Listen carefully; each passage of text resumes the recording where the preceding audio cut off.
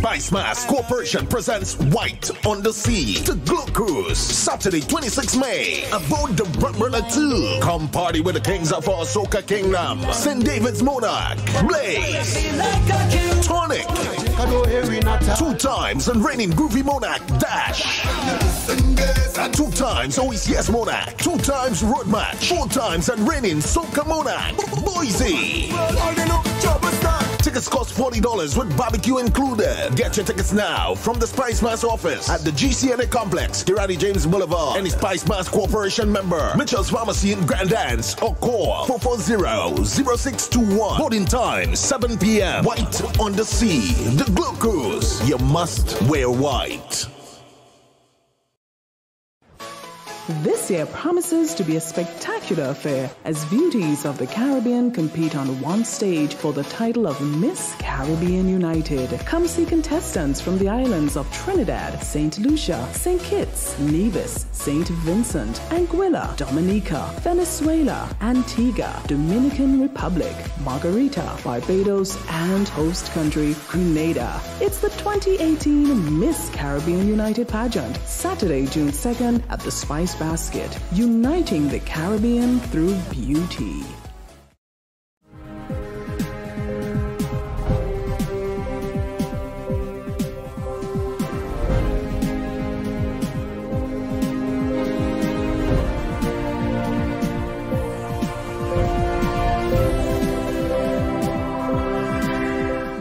New e-passport system to be rolled out in July. Details to this story and more in the National Report.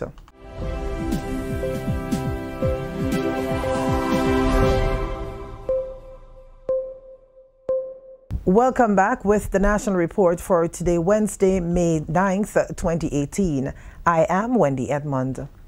A new e-passport system giving people the opportunity to apply for their passports online will be introduced here by the end of July. It is part of the requirements of the International Civil Aviation Organization, under which Grenada must comply. The upgrade will bring Grenada another notch higher over the machine-readable passports which are currently being used. Superintendent Issa Peer of the Immigration Department explains how the process will work. In the office at the front end, the process will be adjusted. In that, when you come into the office and you bring in the application form and so on, there would not be the need for you to bring in a photo. We can take the photo at the office, which will go into the system at the same time. Okay, so persons who bring it in for someone. Then we receive the photo as usual, and then we'll proceed. In addition to that, the new system allows for us to have to move on to online. We can have online application being accepted. Persons who already would have been issued with a passport do not necessarily have to return to the office, but we can take the application online. So that's the direction we are moving. The new system will allow for us to move into that direction smoothly. The cost of the passports, which will remain valid for 5 years, will be $175. The cost of this passport, the e-passport, is very expensive. It's 3 times the amount of the passport they're using presently. Okay. So if you're going to go according to the cost of the passport, it will be like $350 for the passport, $375 for the passport. They bring it on to $175 and $375 because it will be expensive to say a passport costs $375. But you must be reminded that in other countries the passport is $375.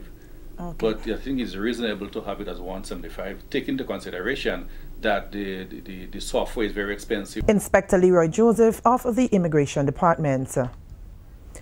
A consultancy team from the University of the West Indies is on island to present its proposed basket of services to the Ministry of Health and the National Health Insurance Subcommittee. In November 2017, UWI signed a technical support contract with the government to refine exactly what will be offered to the general public under the NHI. The NHI, according to the government, is the answer towards making healthcare more accessible and affordable for every Grenadian. On Tuesday, Minister for Health, Honorable Nicola Steele, said Grenada is approaching the final bend towards implementing the NHI. We now need to look at and have that fit in with the actuarial review in terms of the funding that is available to find the best fit for us all in Grenada. Now that initiates a new round of consultation with our various stakeholders to make sure that everyone is in agreement with the basket of services and the match with the actual review. But just to give you that update, we continue to progress. That is the final step in terms of putting the national health insurance in place. He said finalizing the implementation of the NHI depends on the ability of the various stakeholders to buy into the basket of services offered by the consultants. I still expect and think it is reasonable for that to happen this year, but we are cognizant of the fact that our stakeholders' opinions are extremely important in this. So until I have the sign-off from them, our social partners, I can't guarantee that, but I know that their comments will be taken into consideration. We already have had, in fact, the first meeting that the Prime Minister had after the election with the Trade Union Congress. They expressed healthcare as being one of the most significant issues for them. So I'm looking forward to their comment and buy-on for that basket of services and match with the actuarial review so that we can implement. This is the National Report. More news after the break. Look up now! Watch up now! My name is Sheldon Olive, better known as Boise, better known as the Madras, your cultural ambassador, 4-time Soca Monarch of Grenada, 2 times OECS Monarch and 2 times Road Match, inviting you to Spice Mass 2018. This will be the one to experience. Well, Carnival Friday night is the biggest night because guess what? 1 stage, 1 night, 2 competitions, groovy and power. And guess what? Your artist may be the one. You never know. Come out and see who take the title. Foreigners come down to see it. Enough vibes, enough energy. Rag, flag, bandanas. It's pandemonium on that night, so you don't know. I mean, I will be defending on that night, so make sure and be there. Carnival Friday night, Soca Monarch, number 5. Johnny! Put your hand up in the air, rag up in the air, put your flag up in the air, put your hand up in the air, put it up, 1, 2, put it up. Soca Monarch. Welcome back. Grenadians need to take responsibility for their readiness and the preparedness for the 2018 hurricane season. That's according to National Disaster Coordinator Sylvan McIntyre during the recent launch of the Irma Diaries. The diaries highlight the stories of survivors from the British Virgin Islands who were among many displaced by Hurricanes Irma and Maria in 2017. McIntyre said the perception that God is a Grenadian must be thrown out of the window. He added that Grenadians need to wake up and heed to the call of preparedness.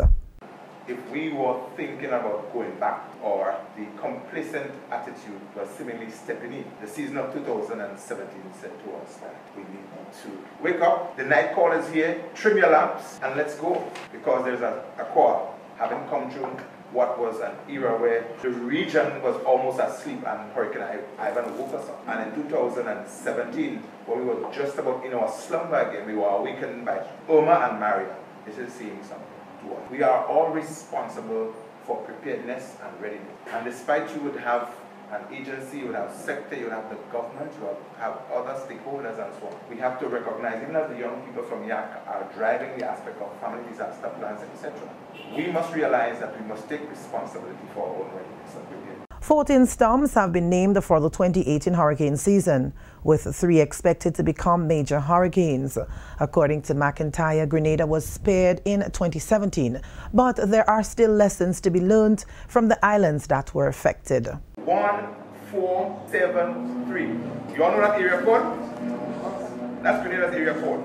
And that's exactly the prediction for 2018. 14 named storms, 7 are expected to become hurricanes, and 3 are expected to become major hurricanes. And the forecasters have not yet given us the indication as to how many of them are expected to make landfall. Set out on a mission. I will chart them out that we are going to try to begin at home. We're going to start disaster preparedness in our own ministry. We're going to go through our ministry and ensure that people are prepared. While we are recording the diary and the events of catastrophic events, we must take responsibility to ensure that we do not go through the same thing that we've been in the past. Once beaten, twice shy. And that's a wrap on our national report for today, Wednesday, May 9th, 2018. I am Wendy Edmond, thanking you for viewing.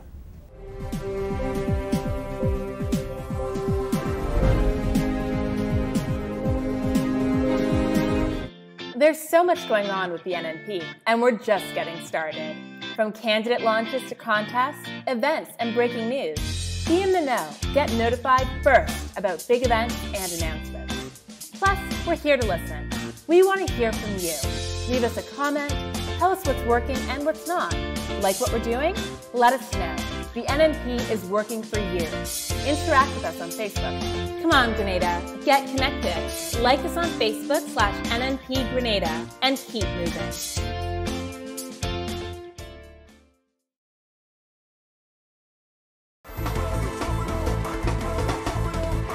Look up now! Watch up now! My name is Sheldon Olive, better known as Boise, better known as the Madras, your cultural ambassador, 4-time Soca Monarch of Grenada, 2 times OECS Monarch and 2 times Road Match, inviting you to Spice Mass 2018. This will be the one to experience. Well, Carnival Friday night is the biggest night because guess what? 1 stage, 1 night, 2 competitions, groovy and power. And guess what? Your artist may be the one. You never know. Come out and see who take the title. Foreigners come down to see it. Enough vibes, enough energy. Rag, flag, bandanas. It's pandemonium on that night, so you don't know. I mean, I will be defending on that night, so make sure and be there. Carnival Friday night, Soca Monarch, number 5. Johnny! They put your hand up in the air. Rag up in the air. Put your flag up in the air. Put your hand up in the air. Put it up. 1, 2, put it up. Soca Monarch.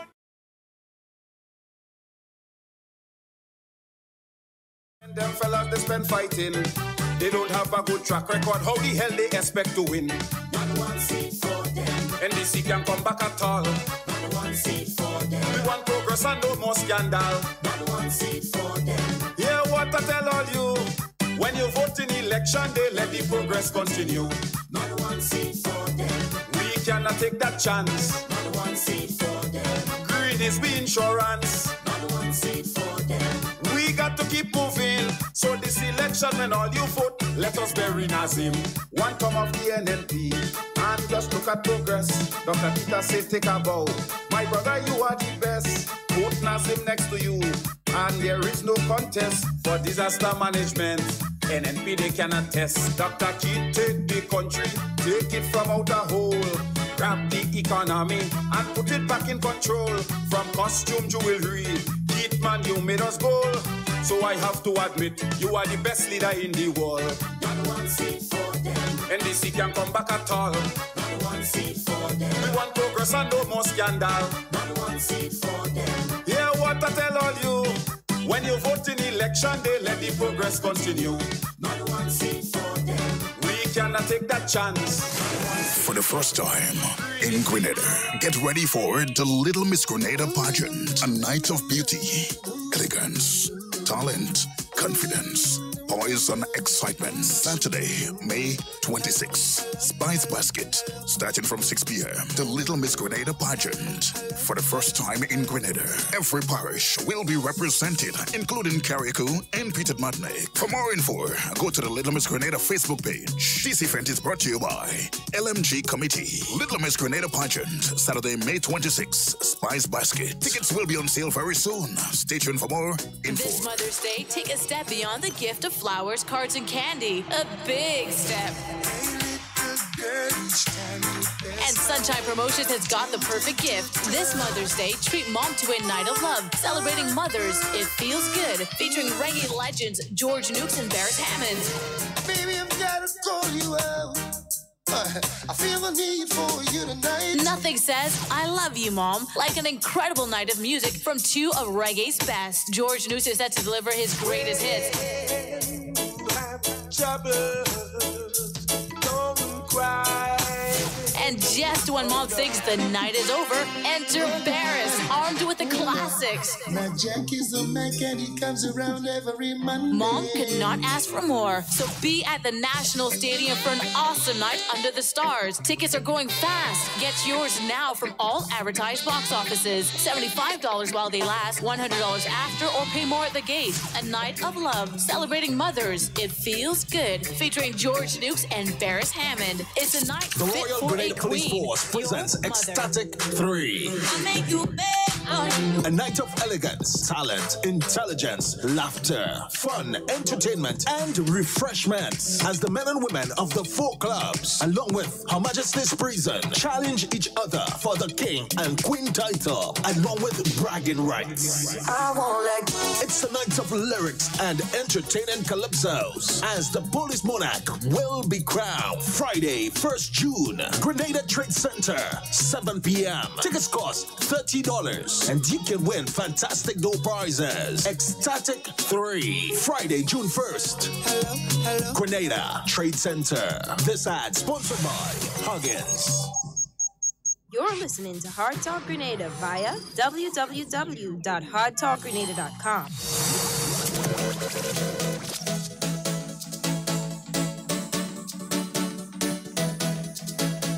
And good morning to you, Grenada Carrier Crew and Pity Martinique. My name is Sheldon Scott. And I'm Devon Romain. And it is Hard Talk now, 10 minutes after the hour of 10 o'clock on the Spice Island of Grenada, saying a very special good morning to all of you listening via the various radio stations. Those of you listening via 97.5, City Sound FM. 89.5, CRFM. 92.9, Sister Isle FM out there in Carrier Crew. Hey, good morning to you, Lisa Marie and DJ Jack and... oh boy, the security, Mr. Fraser, and what's the entire staff out there at Sister Isle FM. Good morning to you. Little Rena, you might go outside and just get a bottle in your head. You go ahead, Little Rena. 94.9. We Vibes Radio in Brooklyn, New York. Wait, good morning to you and all the listeners. Yes, indeed. And we're also online. You can go to www.hardtalkgrenada.com. and you can listen to the program there. If you're not getting it on the radio for some reason in your area or you're not in the country, you can go to www.hardtalkgrenada.com and you can listen to the program via that means, or you can also go to Facebook on Hard Talk Grenada on Facebook. You could see it there. Nice. And you could go to YouTube, Hard Talk Grenada.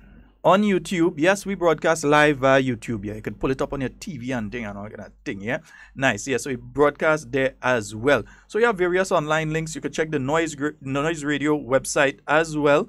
Yeah, NOYZ. Yeah, that's all we does spell. GBSS spelling for your day. NOYZ Radio. Yes, you could go there and you could get it as well. Yeah, so good morning.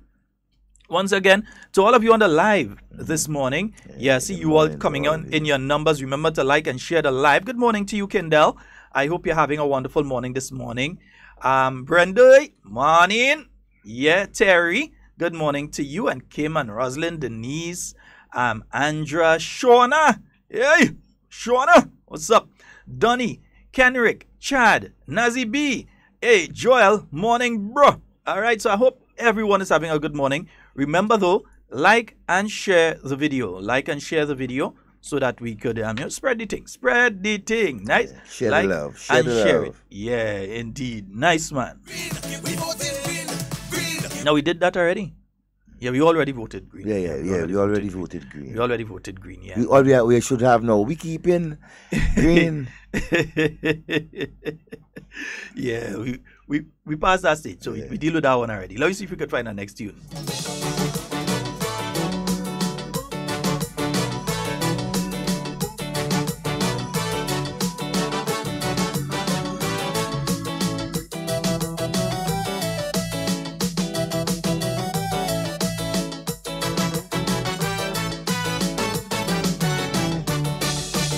Yes, it is a beautiful Thursday morning. By some locked up citizens, they tell me the reason is a message they want me to. Yesterday I was before we continue with that, yesterday I was giving some information, but I checked with my good friends and it seems I gave some wrong information yesterday. The Red Cross is not selling the first aid kits. No.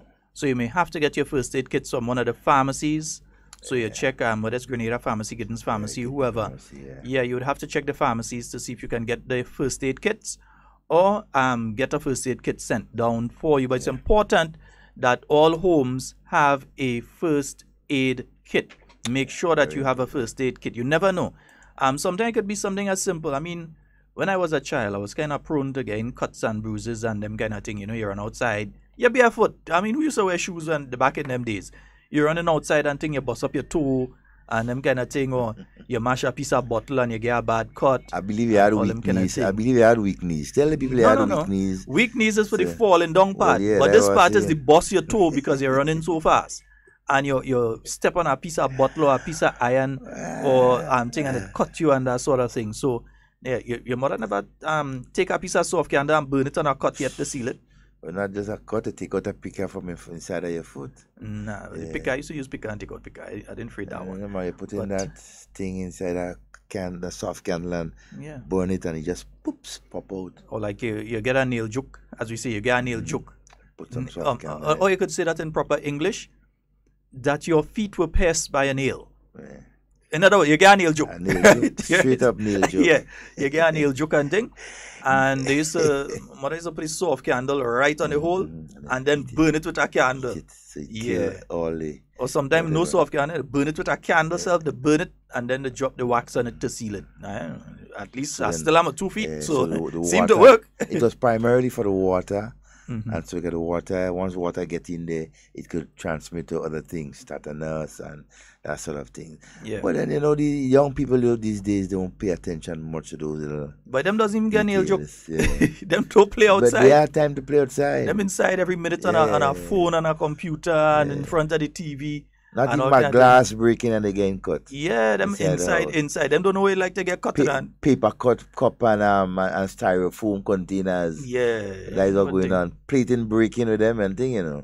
It's a KFC. You see, they used to do this thing long ago. When you get your groceries, they used to go and collect your groceries in a cardboard box. You didn't used to collect grocery in this plastic paper and plastic bag. Cardboard box or the 5 roses bag. Yeah. That brown paper the bag. Brown paper bag. The 5 roses flower paper bag. Yeah. The big one with the handle. Yeah. So you used to get your groceries in that. When you go to the supermarket and they pack in your groceries, they pack it into a box for you and you leave with your box. Yeah. Depot never got bus toe tire string around it and it served as a buffer to stone. No, here what happened. My grandmother used to make us like if you're constantly bouncing your toe, they say tire string your toe blind. Yeah. So the tire string around it, your toe blind. No, listen. Yeah. These people didn't live to 80 something and 90 something years old because they didn't know what they're doing. They were wise. Man. When they stop you and they do, that may be why we dying out young. So these days. Yeah. Wisdom had a lot to play with. I mean, our grands and so right now and. Oh, you're walking hotted so your butcher drop and you see they come and they hold and they start to push. And they start to push, they're pushing back the butchette. Yep. Yeah, man. You fix back your butchette and all kind of thing. No, but the elder people seem to have known a lot about the human body and how to do certain things. To take care of it, yeah. Yeah. Because back in the day, I mean, you know, we didn't have much doctors and all that sort of thing. So, we had doctors. But not as much, yeah. Yeah, village doctors. And so, who used to utilize the local, medicine, right, from the herbs and so to reach by the doctor, you had to be at death's door to reach by a doctor, grandma taking care of everything home. Grandma taking care of you. You had to be virtually at death's door for them to bring you by a doctor. Everything else are taken care of at home. Yep. Yeah, man. No, that I mean, you say enjoy that, not going to the doctor. Yeah. Because you don't want to get no joke and thing. Yeah, that flush your system, they give a lash of castor oil or Broclax. What you had something they call Misalva. That was the worst thing, boy. I know that one. Nah, no Broclax. That one they make that one to and kill inside. Get a grapefruit to suck after. Or the aloes, the local thing you drink aloes and I would say you scrape the slimy part with a little water, half glass of water. And you drink that for a couple of mornings. That cleans the intestine. We must look back at these things because these people Some of them are alive right now at the age They were of 80 genius. something, 90 something, and 100 and something. And those that used to do that for us, good morning to you, Royden. See you there. Lesan, good morning as well. Yeah, these people Carol, that good used morning. Carol Dikoto. Yeah, Carol is there. Yeah, morning, Carol.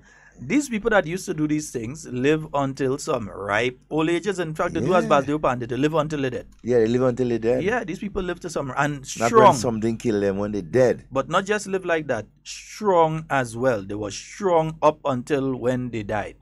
Yeah, a lot of these people, didn't you say these people die with cancer and all kind of thing? They die of old age. They just get to a certain age, they can't make it again and they die. Because they used to take care of their body. And then the other thing too is, remember, a lot of these what is that? Vomafuse? I don't know, is that Sene and castor oil? Yes. Yeah, Sene and castor oil. Oh God. Don't remind me of Sene pot, girl. Vomafuse? Deepo, I can't pronounce that. It have a bitter one that my mom used to give me to drink. They used to say clean your blood. Oh boy, it was the most bitter thing you could possibly ever put in your mouth. You drink it this week, you're tasting it next week still. Yeah. Your tongue refused to talk because it ain't want nothing to do with our body that do that to it. It's a bitter one. The name gonna come about that one in a while too. There's so many natural local things, right? That is still around that we can use to cleanse our system and everything. As a matter of fact, too, there's a gentleman from Victoria who makes that bottle cleanser called Lazarus. Very good. I mean, for me, I could testify to that. Well, you're still alive and you drink it, so everything can be wrong with it. Yeah, I've been doing it for a couple of times. Well, we have a caller. Good morning and welcome. Trying to get a radio station, is it? Yes, you're on the station, my brother. Goma Fuse. And oh God, you make me forget the other one. The one in the mountain, the bushwhack bitter. But it's a one. My mom used to bring it. She used to have a bitter cup. There's one, they used to carve a cup outside, you could pour the water, and by the time you drink the water bitter. I'm trying to remember the name. Zeba Pick is one. Yeah, you have Zeba Pick also too, is another. I wonder if it's Zeba Pick, but yeah, Zeba Pick bitter like crazy. That is the one you're talking about. I know Zeba Pick extremely bitter, but I wonder if that is the one, First, I want to forget it. Yeah. First, good morning, Wayne. First, I want to forget that one, boy. Oh, goodness gracious. Good morning. Good morning. Hello. Morning. Morning, caller. You're live. Yeah, Sheldon and Devon. Devon here. Yes, sir. Hey, boss. What's up? Good. The name of that is Voma Fuse. Oh, Voma Fuse. Oh, gosh. Yeah. What that one was for? That good for everything. As children, we saw heaven before we got baptized when we drink Vama Fuse. Have a good day, man. All right, boss.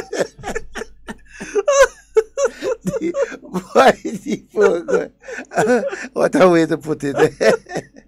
Oh, goodness. Voma Fuse. Yeah, Voma Fuse. Nah, yeah. I've heard that one, boy. Just the name. I'm telling you. So. Outside of that, you used to have to drink shark oil, and wheel oil, and cod liver oil, and so on. Once you were drinking those things, you couldn't get the flu. Sene and that kind of thing. And then we had one they call oh God, we used to use for washout too, local one, Sandbox. You're on your own with Sandbox. Yeah, Sandbox. You used to, thing and eat that and you get a washout. People going in pharmacy now and buying thing for washout. Back in the days, you didn't used to go in the pharmacy. You used to go in the bush. In the bush and pick up. The bush was your pharmacy. And there's an old saying, and old people again, pay attention to the dogs. Anything you see, anytime you see the dog have an upset stomach, pay attention to what they go and eat. There's a special type of grass. Right around there, they go and eat and they bring back up everything. And there's another one that when they have some sort of deficiency, they eat and so on, they go and drink some water after. Dogs are some of the indications of some of the bushes too. And then you also, I think, like Crefom. I see someone was speaking about Crefom a while ago. And if Scoops is on, Scoops going to know my story with Crefom. Yeah, you go and give my Crefom a time. boy, I hang over a piece of rock and if you see me, boy. Perform.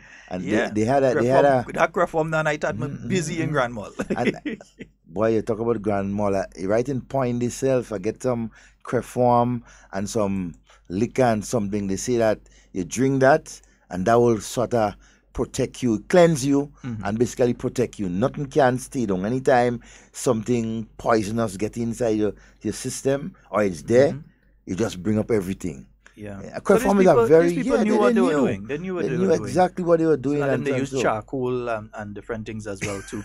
And folks, just to give you all a note, yes, sandbox near kill you. Sandbox near kill a lot of us. That's why you hear when he say sandbox, I say, what?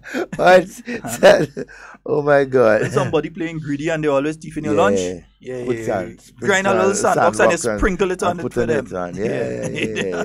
Messing for days. That's some haunted people. I couldn't do somebody that, boy. Oh God. I never but do anybody as a little boy, we used to do it as fun. But it was dangerous. Nah, you sprinkle someone a piece of chocolate on your hand, somebody, and take that. As if I could never do somebody that. Knowing what sandboxers do, I could never do somebody that. No, just to let you all know, the Northwest Welfare Group together with Travelers Bar, they are having a breakfast. That would be next week Saturday, not this Saturday, but next week Saturday. They'll be in aid of the fire victims in the Fontenoy area there. So the St. George Northwest Welfare Group together with the Travelers Bar, they'll be having that breakfast. And right by Travelers Bar self, they'll be having the breakfast there. That will be taking place next week Saturday. So not this Saturday, but next week Saturday. Good morning, short man. Good morning, man. Yvette. I pass and get my soup yesterday. I don't bunks a brand, but I pass and I get my soup yesterday. Boy, you're kind of selfish with that soup and thing. You know, I'm not transport. You run home. Yeah, but I mean, you gotta say, well, look, man, I go and get a soup by short. Short man, see how you playing me. All right, I nothing. Epsom salt, boy. Epsom salt. Epsom salts. Yes. Yeah. Every time we say something, I see Nazim grinding in the back there. You know. Every time he says, I see Nazim like he's studying, boy. Yes, boy. The guy those are that one that small. You know, another thing again that some of the elder people taught us in terms of when you have heavy coal in your chest like children. One of the things that we used to do, the young cutlet leaf, right? You used to pong it, and squeeze out the juice in it, green juice, and give the child to drink a teaspoon. And with immediate effect, that child, first that thing is bitter, Sheldon. It brings up everything that's on the stomach. You think the thing actually used to do that, or it's so bitter your stomach can't deal with that? Well, that's the purpose. You see, the bitterness go down. So once it go down there, the stomach, nothing can stay right there. So and the cold doesn't be down in the belly itself. It's just resting, above. So it just store it up and bring it up. Let's say a good morning to those of you in the Noise Radio chat room. Lady Fran, Wade, Kathy, Captain, DJ Cockney, all of you inside. And this thing is a Caribbean thing, because don't think it's just Grenada that used to go through that. I know Lady Fran, being a Trinidadian, she could talk about it to Trinidadian children used to have it too. Yeah, so all of you in the Noise Radio, Brenda, all of you in the Noise Radio chat room is saying a very special, glorious Grenadian good morning to each and every one of you. We hope you're having a fabulous day. And remember, Spice Mass is coming up, Spice Mass is definitely coming up. Yeah. Lady Fran, a special good morning to you. Oh, Brian passed before me. Okay, nice. Sarah Seed. All you calling all kind of thing they watch. But another thing, one of the things as I mentioned earlier on to the aloes, right? And so for cleansing the intestine, it's a very good thing. You split the aloes in two, open it up, and that slimy part, you scrape it off with a knife and so put it in some water and drink that for about 3-4 mornings. If you have orange, and so you suck an orange after that, in itself help cleansing the intestine. Because you know the intestine foods and so will. Some lemon in warm water every morning. Some lemon before you eat or drink anything. Some lemon in warm water every morning. Lemon, just drop it in after 4 or 5 in the morning. Lemon, warm water, no sugar. No Don't go and sugar. Put nothing. Just some lemon, some warm water. Drink the whole thing. Right? Every morning, and you're good to go. I have a release here from the Community Relations Department of the Royal Grenada Police Force. Just thought it important that I read that out for you. Charges of causing death by dangerous driving have been laid against police constables Randy Alexander and Denson Charles, both of whom were involved in 2 separate road fatalities in April 2018. Alexander has been charged in connection with the April 13th death of Betty Ann Lambert, while Charles has been charged for the April 12th death of Trevor Renwick. Both officers will appear at the St. George Magistrate 3, number 3 court on Thursday. All right? So just because some people were asking what was taking place with it, so the charges have been, because you must investigate to find out what happens. You can't just lay charges one time. You have to investigate and find out what is going on, and so charges have been laid in both. So it is a court matter. Let it stay in the court. It is a court matter. Yeah? Right.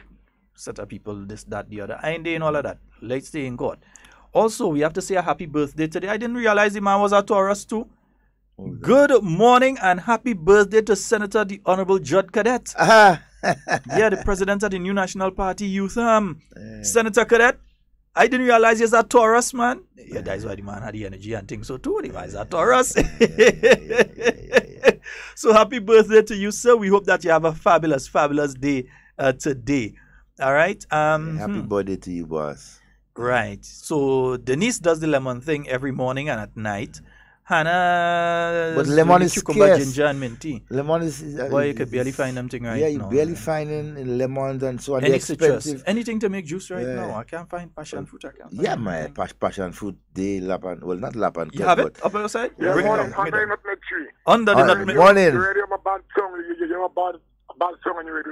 Which 97. On 97.5. Yeah. Okay, all right. We'll see if it's from our end or if it's from their end. I more think it's from their end. Just in case though, try adjusting your channel. And if you check on 89.5 and you still have it, it's coming from here. Well, no, look, somebody else is saying they're having that problem too. So that's 97.5. Is anyone having that problem via 89.5? Let us know. Yeah. Let us know if you're having that problem via 89.5 or via any of the other stations. So we'll know if it's specifically a problem at 97.5. Depot, not baby breast milk. Breast milk. It's one type of breast milk. Yeah, good for red eye, man. Depot bringing up some real old. Man, the amount of different things people put in the eye for red eye, that's why I think a lot of people went blind. You know, so. Serious. No, but the milk the milk is good from a woman that is breastfeeding, and so I've seen persons do it and they got relief and so from it, and so Okay. But there are so many things that But I have to take a short break. Let's just check on that thing to make sure what's going on, and let me take a short break right about now.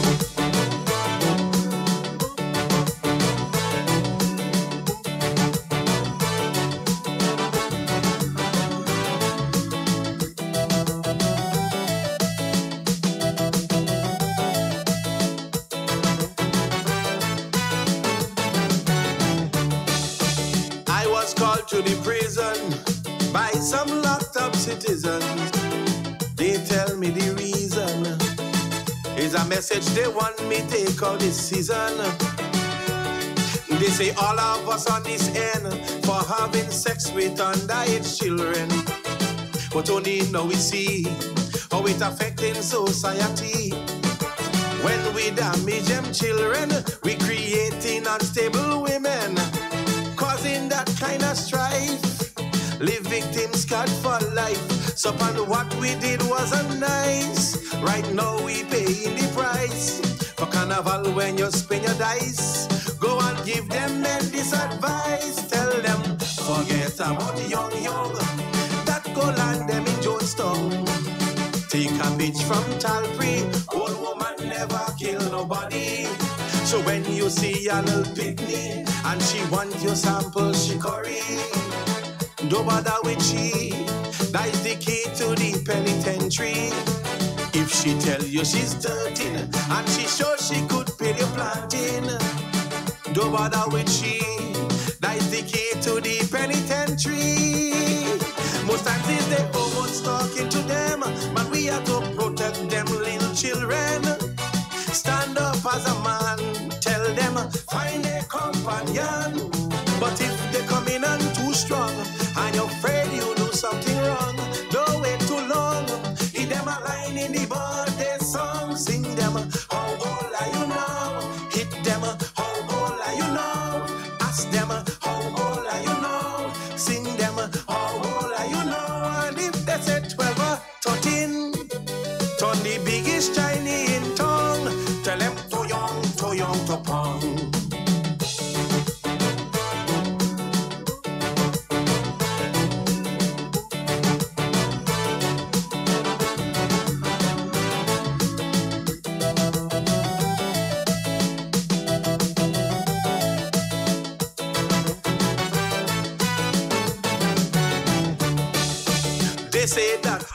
right, yes, we're back. Yeah, well, we didn't really go anywhere. We was around. I went outside and come back. Nice, yeah. All right, 440-7377. That's 440-7377. That's the number for you to call and get on to the inside. And yeah, 347-329-3101. Yeah, and some people may wonder, well, why they keep talking about all these kind of old thing? And to you, it's old thing. But it have people that are 100 years old right now that used to use these things. So it means that there's something in it. That's why they were able to use it, and that they are able to be the age that they are right now, still have all their faculties. My grandfather died at the age of, I think, where he was, 80-something. In his 80s when he died. And he was only missing one teeth. One. And he had it in a drawer. The one that he was missing. Good morning. Morning. Morning, sir. Is this our doc? Yes, sir, and you're live. 440. Sorry. You're live, you're live. Talking about? Aye? The bitter bush. Yeah. Zebra Peak. Yeah. Well, I've been feeling the zebra pig.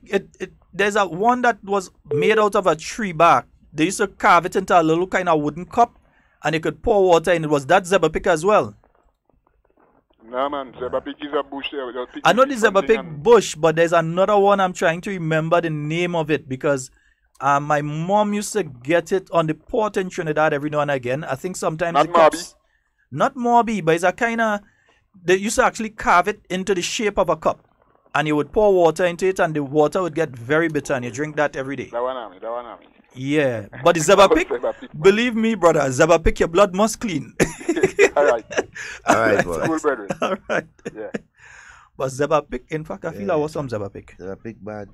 No, I feel I was some zebra pig. I want to introduce my son to zebra pig. I'm going to surprise him one morning. I'm going to surprise him one morning and introduce him to zebra pig. He'll never forgive me. All right.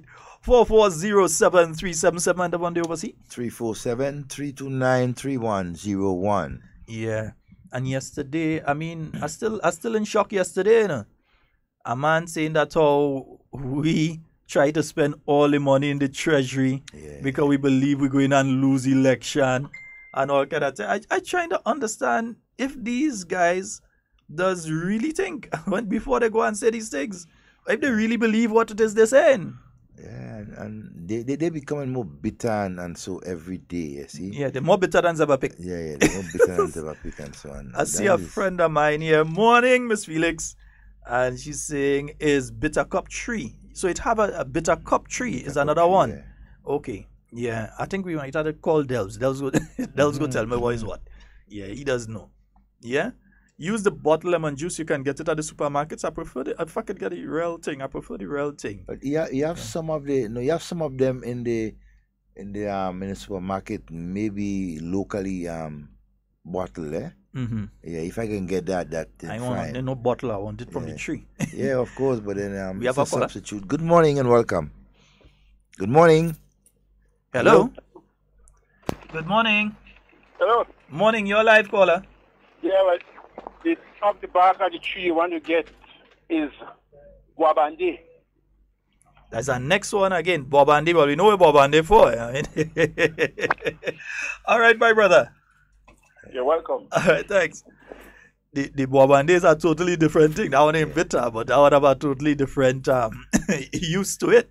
And you know, there's the now world famous Woodman. Yeah, the Woodman rum that's being sold. And you had the Bobandi. What a name, eh? What a name to come up with. Right? Woodman? I mean, it's... Boy, who like the rum? Good for them. I could these days. Chris, I know you could do some of that up there right now, eh? Yeah.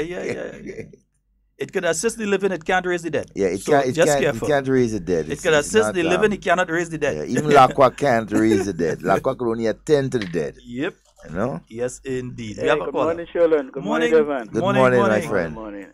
Sheldon, Sunday coming Mother's Day. I want to wish all mothers throughout the world a happy Mother's Day. Happy Mother's Day because they don't only deserve Mother's Day that day. But mothers, the great role that they play, I want to wish them a happy Mother's Day forever and ever. You know, because Sheldon, sometimes in life, children treat their mother a way that is very disrespectful to the mother. But when the Mother's Day, they give buy the best gift for them. I want children to remember that the mothers be treated good, always be treated good, because the role that mothers play is great. Fathers play a great role too, because remember, children have to remember, a man give, but the woman had to bring food. She brought them 9 months in her belly, and she bring them food. And treat them good, give them a good education. I want them to remember the mother love them, the father love them. Treat them good at all times, because they love them. And Brother Sheldon, I want to say, we the St. John Northwest NAGMA group, as we approach the hurricane season, what we'll be doing is sensitizing the same people of St. John Northwest, also the people of Grenada, and we will be dropping some leaflets in different schools. Our family plan. All families should know they should have a family plan. And if they love a family, they should be prepared. And I always say to people, when you prepare for something, I will be prepared for something bigger. So if something smaller come, you're already prepared. But if you prepare for something smaller, something bigger come, it's like a disaster come with a disaster. And Brother Sheldon, I want to say, God bless you all. You all have a wonderful day. And continue to do what you're all doing. Well, we got information already, so then how you make some announcement about it anyway. Yeah, so next week, that's going to be next week Saturday. It's starting at what time? 6 a.m.? Next week Saturday. Hello? Oh, he's gone already, yeah. Yeah, we're just asking if it's starting at considering it's a breakfast, I would assume at 6 a.m. that's going to start. Yeah, so everyone passing on that side, all you know, buy out the thing. All right, just buy it out. Just stop and just buy. Buy it out. Yeah, because it's supporting a worthy cause. Definitely. All right? 440-7377. That's 440-7377. And 347-329-3101. Yeah, that's the numbers that you can call. Yeah, so Babande, Zeba Peak, all this kind of thing. Yeah. It's a lot of things that, even though they same the value of the coconut oil, right? I mean, it's so useful. Good morning and welcome. Hey, Sheldon. Hello, morning. Yes, sorry, I hadn't put on. 6 a.m. 6 a.m. Okay, great. Okay, thanks. All right, thank you. All right, 440-7377. That's the number for you to call and get into the inside. Somebody sent that thing there for me. One long thing. They sent to me. I want to see what they say because it's an important thing. I want to see what they say there. But they sent a long thing to me there. I will check it out. And I will see what it is that they say and think I'm going to deal with that. But in the interim, we're taking your phone calls, 44073. Let's say a special good morning to the Honorable Kate Skeeter Lewis. Yes. Yeah, just not too long ago, we were saying Senator Kate Skeeter Lewis. Now we're saying the Honorable Kate Skeeter Lewis. Yeah? So we're saying a special good morning to you. The Honorable Kendra Mathurin Stewart. A special glorious Grenadian good morning to you and to the people of Carriacou and Petit Martinique as well. Curtis. Yeah. Good morning, bro. You all know I love you. You all know that I love you. Little Arena. Yeah, Good morning. Yeah. We love all of you. Yeah, we love each and every one of you. All right? Yeah, let me take a short one. We give them a little musical interlude there while we double check on that issue again. We make sure everything going okay there. Because what is happening is that there's just a slight issue with the transmission coming off of City Sound. They are working on it. I just want to see where they're at with it right now because we have been getting some complaints there. Just want to make sure everything is okay with it. All right, let me just get that. Calling upon parents and guardians, sending your children to school. Cause a good education in this life would be their greatest tool. Respect to the elders and the teachers and those in authority. Remember when you sit down to learn, children, now listen attentively. Because the world that you're going out into would be your greatest teacher. There is no time now to be reluctant. Everything child is computer. Always aim for the sky, work hard, think about your future. Because I want all you to be qualified with an intellectual power. Child education is what you want if you must succeed. And you never know you could be an esteemed lawyer like Peter Devine. Qualification is what you need if you must excel. And you could be a great mathematician, just like Dr. Kit Mitchell. Inspiration is what you need. Children must prepare. And you could be a woman rising in parliament like Miss Emlyn Pierre. Education is what you want. Are you hear tune? With hard work, but you could be. Remember Spice Mass 2018? Just like Nazim Buck. When I was a young boy. Yeah, Dimash Grass, Soca Mona, Groovy Mona. Oh, I felt that. The Queen Show. And my friends all talk. And remember, you also have coming up the Little Miss Grenada pageant. That's going to be later on this month, yeah? You can get your tickets at, I think, where you getting it? York Sneaker, I think Hankies, you're getting your tickets there. Or you could track down Jermaine, who I've been trying to track down for a few days, because you understand? Nice. Yeah, but other than that, no comment. You understand? Yeah, let's go back to the phone line. Good morning and welcome. Good morning to you, Devon. Good morning to you, Kurt. Sheldon Scott. Hey, Papa. What's poppin', big man? I'm good, man. I'm good, man. Everything all right? All the time. Well, definitely, I say I do give you a call today. Yes, my brother. Yeah, you want some sun, or? Boy, we have a lot down here, you know. All I get a look at drizzle and rain when I'm coming up from Granance earlier. But we have a lot, but any more that you could send will help, you know. Yeah, we want rain. I tell you, when supposed to fall more on the mountain inside, you look like people in Granance who can be all blessed, boy. Man, believe me, we've been having some weird weather patterns, which is why we're telling people to take precaution. Even you're having some kind of high breeze and thing in between now, so you can imagine when the hurricane season kick in, and you get the tail of a hurricane going up the road, or God forbid we get a direct one. We have to put things in place. Yeah, man.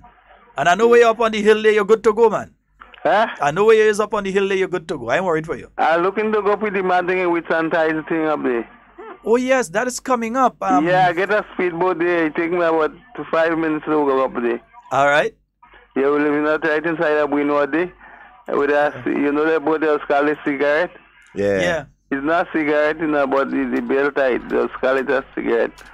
5 minutes, less than 5 minutes, and you shoot out there and reach in 50 Matnik, you know. Yeah, that right there. Yes, man. When the boys go in, living in the air, you know, just whoop and bash them, whoop in there and bash them. And you meet up there in no time at all, you know. Yeah, man. Yes, and the Whitsuntide in Petit Martinique is very nice. They have an activity starting the Friday night. Well, actually, the entire week. But definitely, I'll see Max and I'll tell her I say good morning. Yeah. All right, my brother. All right. Okay. Put it up there now. All right. Beautiful. Take care, buddy. All right. Nice. Yeah. So when it's Whit Monday, they have the Whitsuntide activities up there in Petit Martinique. When I'm not too sure. Whit Monday is coming up. I think it's about 2 weeks away. If I remember correctly. On in May, yes. Yeah. And they would start the Friday. They have some major activities like the Friday night, the Saturday, and then the Sunday. And the Monday. They have activities. So it's like a weekend of activities in Petit Martinique. Remember, if you're looking to stay in Petit Martinique and attend it, that accommodation is limited. We don't want plenty of people in the place. No, you could come. You could make a pass through and things. There's a juve and thing, you know. No, it does actually have a juve the Monday morning. They have a juve in Petit Martinique with music truck and thing. They must have a helicopter service to go to Petit Martinique and Cargo. If I remember correctly, I that would think be an excellent idea. I think some sort of initiative to provide air service to Petit Martinique is on the way, if I remember correctly. Good morning. Good morning. Good morning. Yes. Morning, sir. I'm Sheldon. Yes, sir. I know we have what you call the Constitution and Grenada law. Yeah. Right? Now, I heard on the news that they on the coronage day, they're talking about if you pass there and blow your horn, you could be fined or go to jail. Doesn't the law make from the Senate and the House and pass down, and not a judge just saying that you could get charged if you drive your car there, do you? They say they put up a sign say no honking of hand. So is that a law that you cannot honk your hand when you're passing there? Not one that I have seen. Huh? Not one that I have seen. What I can say is this, I have not seen anything in the criminal code that says that a person could be arrested for discharging their horn in the area of a courthouse or something like that. Yeah. I've not seen that. What I would have to look under, though, is the Noise Disturbance Act, the act that deals with noise disturbance, and see if there's something there that gives either the commissioner of police or a judge in chambers or whatever the power to say that in this specific area horns cannot be discharged. So I haven't seen it in the criminal code. I didn't see anything like that in the criminal code. I also didn't see anything like that in the highway code. Yeah, I didn't see anything like that there. But I would have to check the act that deals with noise pollution so that I could find out if something like that. Because I found it a bit weird myself, Yeah, because I found it a bit weird myself that you're threatening to arrest people, because as far as I know, you try your best not to discharge your horn there. But if you're going to arrest me, there must be a specific law you're going to arrest and charge me under. You can't just arrest and charge me and not have a law that you're doing it under. So I will investigate that one. And in fact, I'll start it while I'm here right now. I'll investigate that one and find out. But I do not know if there is a law that can stop people from discharging their horn. Yeah. And I would prefer that people don't do it, because then you're disturbing the court proceedings and so on. The court proceedings are being recorded and all of that. And you're disturbing it. So if they say don't discharge the horns in the area, don't blow the horns in the area. Yeah. But to say that you're going to arrest people and that kind of thing, I have to find out what law that would be under. Because a magistrate can act on their own and just decide they're doing that. Sometimes you may have to do it, because you might drive in, come along that road there, and some people go to just step out, and you sound your hand to let them, what the hand is there to allow, let people know you are wrong. And for that to do, I think the law's supposed to pass, not that a judge come and say they're going to jail you. This is what I find funny. I know there is places that you said you're not supposed to sound your hand around hospital at certain times.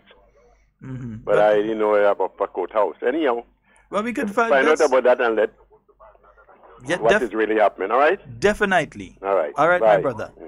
Yeah, 440-7377, 440-7377. So I'll check the noise pollution well, act. For a judge to make such a comment, must be some sort of law. Yeah, must be the judge must have I've been looking at the laws that we have here concerning that and so forth, for them to make that particular statement, because it is based on what I've been hearing from one of the learned persons there, that is that they have enough times that their court is going on and it's disturbing when the horn is blown and so.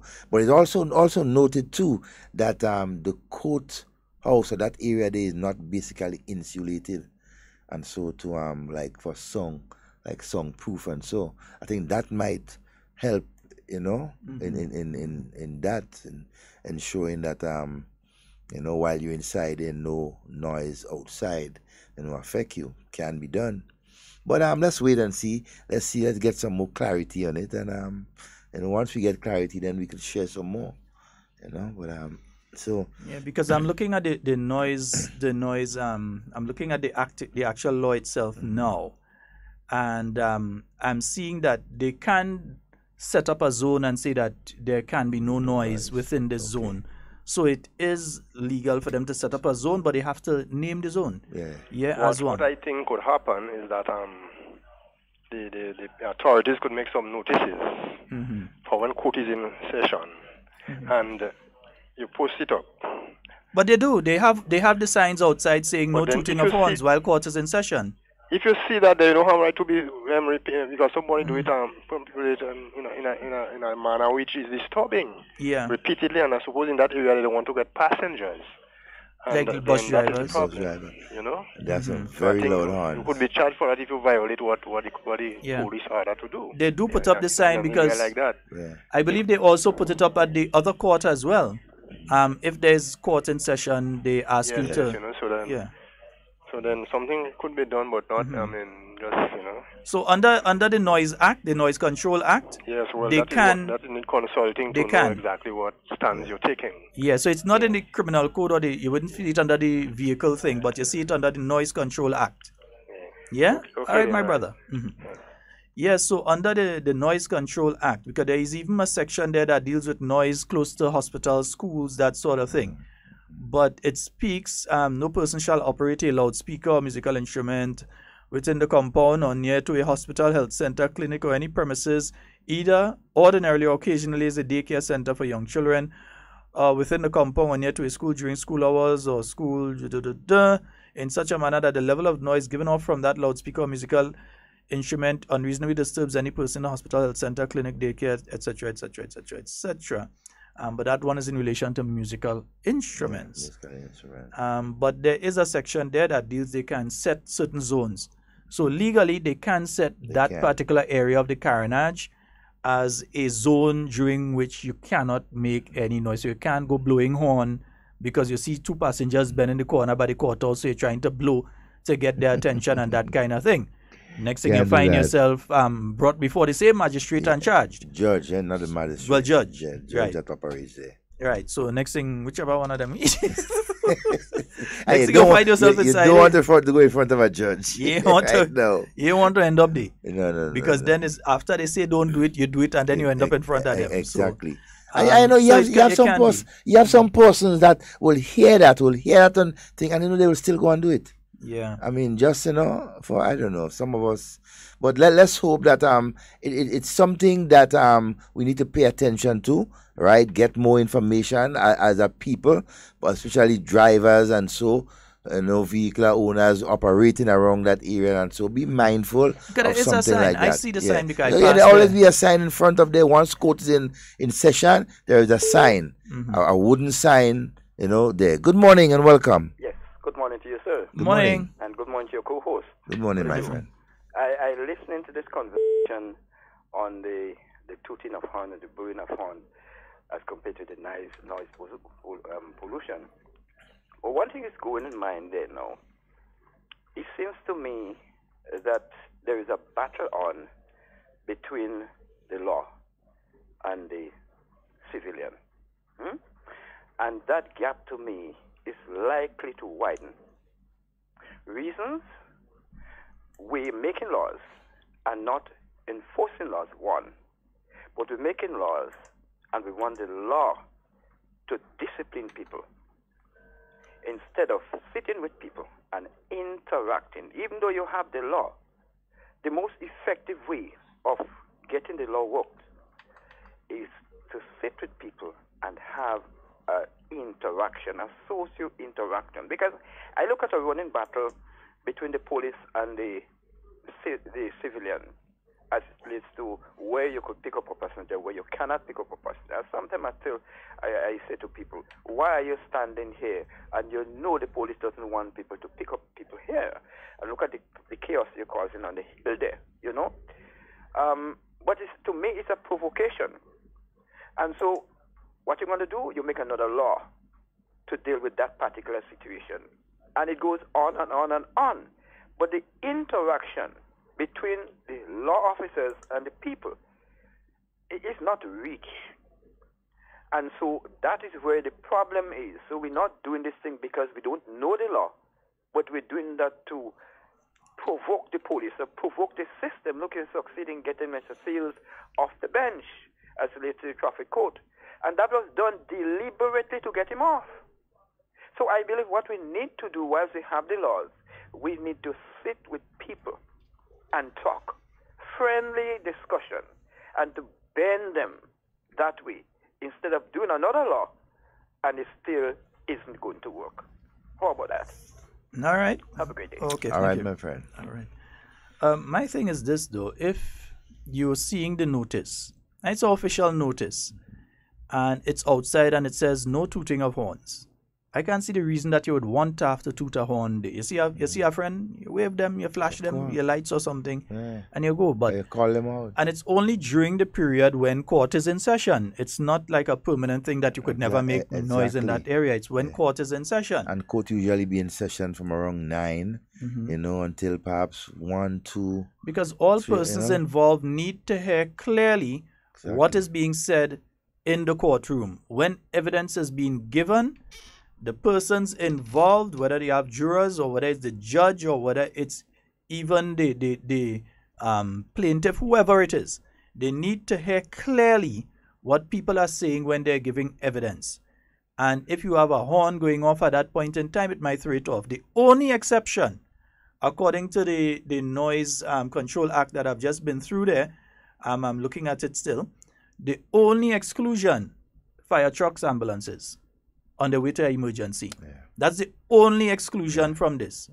Emergency vehicles on the way to emergency. Yeah. So we have Good morning and welcome. Good morning, Sheldon. Good morning, my love.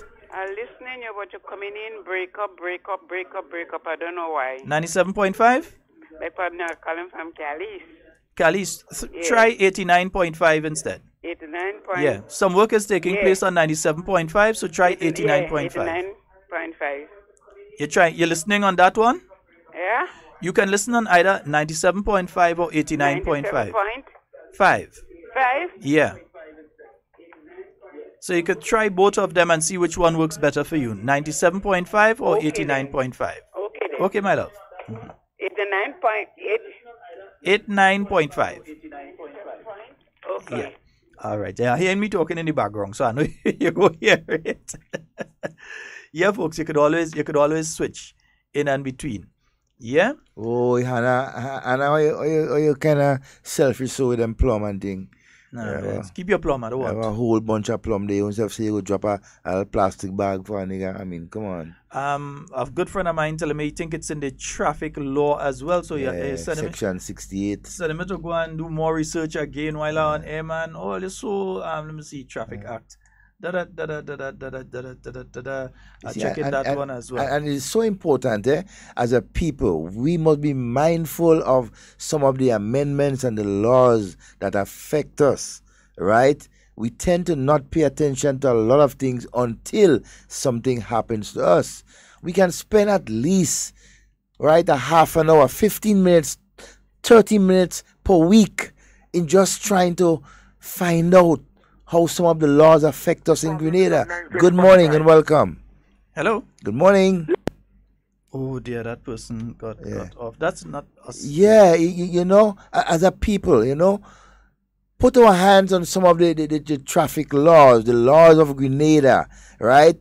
You know, part of our constitution, things that affect us on a daily basis. Spend half an hour, 30 minutes per week. Once a week, 30 minutes, and just read up some of the laws that governs our country, right? And I think we will be in a much better place in terms of doing a lot of things, right? Because a lot of us, we break the law willfully and expect nothing is going to happen to us, right? We have to be mindful of some of the things that are there. And don't just wait until things happen and you have to pay thousands of dollars to a lawyer to defend you in court, when you could avoid that. But no, let me say this, and I've seen many judges and even lawyers always say this, and it's important. Yes, you can go on the internet and you can find the laws of Grenada. The laws of Grenada are online, or you can go and purchase your copy of the laws from the government print tree. It's pretty expensive for the entire thing, but you can purchase it, and then laws are being put into place or updated every year. So you can get the new ones in relation to different aspects or things that may have changed in different laws, and you keep up to date with it. But the other part of it is you should seek legal advice. Even though you think you know, still seek legal advice. It's like you are having a particular pain in your stomach, and you go online and you're seeing that pain could be A, that pain could be B, that pain could be C, and you decide that you're going to self-diagnose yourself, and then you're going to decide what bush you're going and drink and what you're going and do, and so when it could be a bigger problem and some things that you did not take into consideration because you are not trained in that field. In the same way, when it comes to the law, yes, it's important for you to educate yourself, as Devon is saying, in relation to the law, but it's also important that you seek legal advice. Always seek legal advice, because you're reading something. I look at laws sometimes. When you read it, it's sort of ambiguous sometimes when you read a piece of legislation or so, and sometimes it's purposely ambiguous. Yeah, but you need a legal mind to look at the precedents in relation to that particular issue, like, okay, a person was in a similar situation to you, and this is what happened, so that they would be able to assist you with that. So always seek legal advice as much as possible. My good friend are checking the traffic code and are looking for the part about horns and so, but I'm not seeing it yet. But I'm searching, I'm checking. All right, I'm checking. 440-7377, that's 440-7377. That's the number for you to call and get on the inside. It's now 4 minutes after the hour of 11 o'clock on the Spice Island of Grenada. Yeah, 4 minutes after the hour of 11 o'clock. So wherever you are, if you need to be somewhere for 12, start to get a move on, Yeah, start to get a move on so that you could arrive where you have to arrive for 12. Hey, and friends and patrons, just another reminder again, this Sunday, Mother's Day the 13th, Grenville, right? It's at the Grenville Recreation Ground, and so it's a Mother's Day Queen show organized by the upper level, right? Mr. Bain and Miss Bain, Nola. Good morning to you guys. 7 beautiful mothers will be vying for that Mother's Day crown. It starts at 5 p.m. in the evening. Come out and support, right? Give your support to mothers. Without the mothers, a lot of us would not have been here. None of we would have been. Devon, who would have been here without the mother? Okay, so the respect is due and go out and support. So some of us hatch then. Where we hatch from? Some of us have to get it as if we hatch, So... But even if you hatch, you still have to have a mother, that lady, You understand? So, hey. Some of us is saying. Come out and support the beautiful mothers. Send some with that bill, man. 7 of them, right? Come out and think. Dash will be there, giving some entertainment, plus some other persons. You say some of us, I want to know how the rest of them come. But some of them, they drop from the sky. Understand? They have no level of reasoning. They're different, a different being from all of us. The kind of things people will be saying and doing. But let's remind people of some other stuff here right about now. This Mother's Day, take a step beyond the gift of flowers, cards, and candy. A big step. And Sunshine Promotions has got the perfect gift. This Mother's Day, treat Mom to a night of love. Celebrating mothers, it feels good. Featuring reggae legends George Nukes and Barris Hammond. Baby, I've got to call you out. I feel the need for you tonight. Nothing says I love you, Mom, like an incredible night of music from 2 of reggae's best. George Nukes is set to deliver his greatest hits. Don't cry.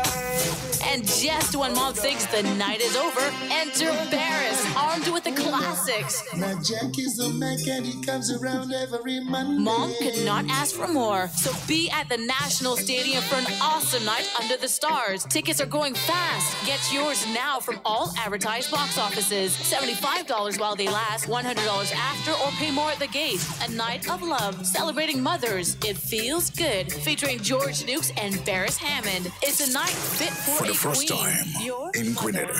Get ready for the Little Miss Grenada pageant. A night of beauty, elegance, talent, confidence, poise and excitement. Saturday, May 26th. Spice Basket, starting from 6 p.m. The Little Miss Grenada pageant. For the first time in Grenada, every parish will be represented, including Carriacou and Peter Martinique. For more info, go to the Little Miss Grenada Facebook page. This event is brought to you by LMG Committee. Little Miss Grenada pageant, Saturday, May 26th. Spice Basket. Tickets will be on sale very soon. Stay tuned for more info. The Royal Grenada Police Force presents Ecstatic 3. A night of elegance, talent, intelligence, laughter, fun, entertainment, and refreshments as the men and women of the 4 clubs, along with Her Majesty's Prison, challenge each other for the King and Queen title, along with bragging rights. It's the night of lyrics and entertaining calypsos as the Police Monarch will be crowned Friday, 1st June, Grenada Trade Center, 7 p.m. Tickets cost $30 and you can win fantastic door prizes. Ecstatic 3, Friday, June 1st. Grenada Trade Center. This ad sponsored by Huggins. The ruling administration had preferred to have in the House. What were the considerations as a young person, as yourself, why did you not accept the offer if an offer was made? No comments. Why so? No comments. Did you have any interest in representation in the upper the upper house? No comments. Okay. All right. Devon, anything to say about that? No comment. Still try. Straight up, no comment. No. Happy birthday, John. Happy birthday, Senator Cadet. Yes. And avoid not making comments. Making comments. Avoid no comments. Right? Avoid that. Always comment on the good things. Just careful of your comment. Yeah. Comment. Even the bad things. When it's bad, you say it's bad. But you always comment. Right? No comment. Hey, I want to just throw that for a lot of homeowners, landowners, and so. There have been some issues right now, happening to some of our road users or drivers or even pedestrians. Persons have overhanging mango trees and breadfruit trees and so from their land. It's overhanging in the road, right? May not be over the electricity lines and so, but it creates a problem, right, for drivers and pedestrians. Mangoes fall on windscreen, breadfruit and coconut fall on vehicles and windscreen and so on. It create damage. It is dangerous. It could not just only fall and break the windscreen, but it could create a serious accident, right? So I'm appealing to persons, right? Not because now is around the hurricane season you're going and think. It must always be, your duty, your civic duty. When you see things like that on your property, overhanging branches over the road, and it will affect other people, even you, and so do something about it, right? If it's over an electricity line or so, call Grenlec, right? They have crews and so that will come out and do something about it, right? But for the safety of all of us, right? Please, all those of you who have these trees on them, these fruit trees, mangoes and breadfruit, coconuts in particular, and it can hurt, injure people, damage vehicles, and so please do something about it. Yes, right? Indeed. 440-7377. That's 440-7377. And for those of you overseas, 347-329-3101. Yes, indeed. I've been listening, by and large, to the operatives of what remains of the NDC over the past few days, and you have to try to psychoanalyze people sometime and politically understand what they're trying to do on a strategic level. And when you hear Dum Dum and them start to talk now, Dum Dum going to tell people that today is the burial of St. George. Yeah. Today St. George is dead. They're going to bury St. George. Listen, we could contrast, with the year 2012, and we could take a look at the Port Authority. And the fact that the consideration was there to either let Judah or Wagiti hold concerts down there because it had no container. It had nothing down there. It was empty. Yeah, Waggy was about to hold a bingo there. They could have hold bingo, all kind of thing there. Barris, instead of Barris coming in the stadium, because remember, NDC didn't really fix the stadium and thing. But instead of Barris coming in the stadium, either be coming on the cruise ship, not the cruise ship, the Port Authority. Port Authority come. Either be coming there because there was empty. That's not the case now. You have quite a bit of business activity taking place in Grenada, and money is in circulation. You never hear a businessman come in and tell you things good, eh? And they would not come and tell you things good. No. And the reason being, if things good, when you're ready for our money for some donation or thing, you're coming to them, Exactly. Every time you go to them, buy things ain't good, things bad. Yeah. Or they things bad, eh? But they go in and make the deposit and thing, eh? But they tell you things bad. Or they don't want you to get into the business that they're in. Yeah, because things is so nice. Yeah. But when you look, you can see that there is increased activity taking place via the port. Now, today is also the 10th day of May. Yeah? What kind on a Thursday? So when you're telling people, and I mean, come on, we had to call out stupidity when we hear it. You calling on people and tell them, go to town and see how dead the place. This is a Thursday. When you just ever see St. George or Grenville active, like in a lot of things going on right through, unless it's an end of month, when you just ever see a Thursday being an active day? Long time. I remember when a Thursday used to be half day, Yeah, back in the days that used to be half day. Places used to close, particularly in Grenville And so 12 o'clock used to be it. Everywhere closed and 12 o'clock and people gone about their business. So when you telling people go in town, they go see how empty town is, all kind of thing. Up to yesterday, you know what happened to me yesterday? I was heading into town. I wanted to pass in town and get something before I came up to the office. And it took me nearly 20 minutes between the Port Authority and the Spice Isle Imaging Center there. I ended up having to pass through the Spice Isle Imaging Center and head back the other direction and just come up the lane and come to the office because the traffic was so tight, which means a lot of people were heading into what they're doing. They were just driving aimlessly. Yeah, wasting gas. I don't think so. It's obvious that activities are taking place. Yeah? We know that they would like the economy of Grenada to fail. They would love to see. That's how bad-minded people like Dum Dum and his friends are. They would like to see St. George fail. They would like to see the town of St. George fail. They would like to see Grenada fail.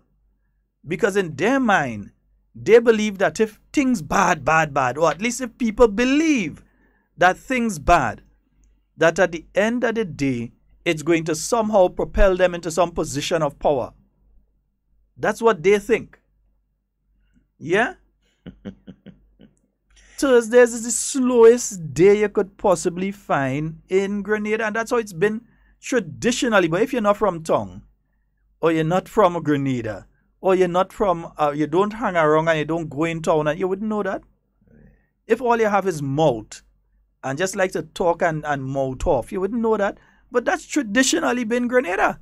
I see Dum Dum number 2 join the original one and siding and you know spreading doom and gloom on Grenada. Yeah, that's former Senator Nazim Buck. You know, listening to him on Dum Dum's program, and so you hear the bitterness and so in their mouth. I just didn't get a chance to extract the clip yesterday, but I'll do it tonight. Yeah. So we could have a proper program tomorrow on some of the nonsense that he was saying. For instance, they're trying to give the impression that, government need more money, so they raise the price of the passport and it's the same passport we're giving. Stupidity! Yeah. Stupidity! When I hear that, I was like, ooh. If you want to know, call the passport office and find out, or at least open your brain cells to some proper information and view GIS or any, because Superintendent Isop here, he's been on radio and television talking about this thing. It's simply that there's going to be a change. As of the end of July, there's going to be a change in the passport that we use. The passport that we use right now, yes, it is machine readable. Let's get that part straight. It is machine readable. So when you travel, they put it into the thing and they can read it. We was one of the first countries in the region, in fact, to have the machine readable passport. That's the first thing. Let's take it stage by stage. That's one. The second thing is that we did that back in the year 2000, which means that the system that Grenada presently uses is outdated. You can't use a computer from 2000 right now to do anything. Yeah? It cannot. Number one, there will be no upgrades. For those of you who are tech savvy, there will be no upgrades to such a system. And even the hardware for such a system would be difficult to find. Because the year 2000 is when we was using them phone and them that we used to call the phone booth, them big heavy phone and all them kind of thing. And even the system that those phones were working on don't work again. Since a little after Ivan, they stopped using that system. So 18 years now, Grenadians have been using the same type of machine-readable passport. And Grenada is the only country that has that type of system still in operation. Let me go over it again. 18 years, since the year 2000, we've been using that type of system to print our passports and to create our passports. Right? So it is machine readable. All the other countries have passed us now. Now what they do, they also have a chip that's on the cover of your passport. There's a microchip inserted. We don't have that in the passport right now. We don't have no microchip. What they have is a sort of barcode that is scanned. it has gone now to the point where countries are using a chip on the cover of the passport. If you see the latest US passports and the British passports, and all the British going to be changing their passports soon again. I think they're coming back to another color and different things as they're leaving the European Union. So they are in Grenada here. We need to move now to the new technology for passports. It is going to make the cost of a passport slightly more. I think by about $20 or so. It's going to make the cost of the passport slightly more. So it does not mean that you're going to be getting the same passport. You're going to be getting, yes, the Grenada passport, the same color and different things, yes. Passport of Grenada, writing and so CARICOM, different things. But there's going to be a microchip in the cover of it as well. That's going to make it much easier for you when you're traveling. Because more and more airports are getting rid of staff. They don't want to have a pile of people there having to check this and check that. If you go through, for instance, Gatwick in London, sometimes when you're checking in, the only time you're really checking people is when you're handing them your bags, you know. But to put the tags, you go and you put your passport into a machine. They ask you 1 or 2 questions. You enter the information, and it prints out your boarding pass. It prints out your tags. You tag your bag, and you just hand the guys because they have to wait. And so you hand the guys the thing, and you go through. They're lessening your interaction with human beings. And part of that is because they want to be able to scan all different things, and they think that you could be susceptible to human error. And so they're going through with machine-readable, fully technological passports. Yeah, they also have the travel card, and we have a card now like an ID card that you could also obtain as well. Much people don't have it, but you could get that card as well that you could use in some countries. So that is what is being done. But instead of applauding the immigration department, instead of applauding them for going to the level now of 2018 technology instead of the year 2000 technology that we're presently using, you're cussing them. They're cussing them. Yeah, because I can't understand Dum and them. Pure stupidity. Yeah, because they not abject stupidity. They ain't progressive. They only preach hate and so on, doom and gloom on Grenada, because they are not the ones in office, or they're not the ones leading the process. So they keep on doing that. It's sad though. You know, there's another system now. I utilized it the last time coming back into Grenada, where you place your passport. They have a kiosk, a thing like the ATM machine.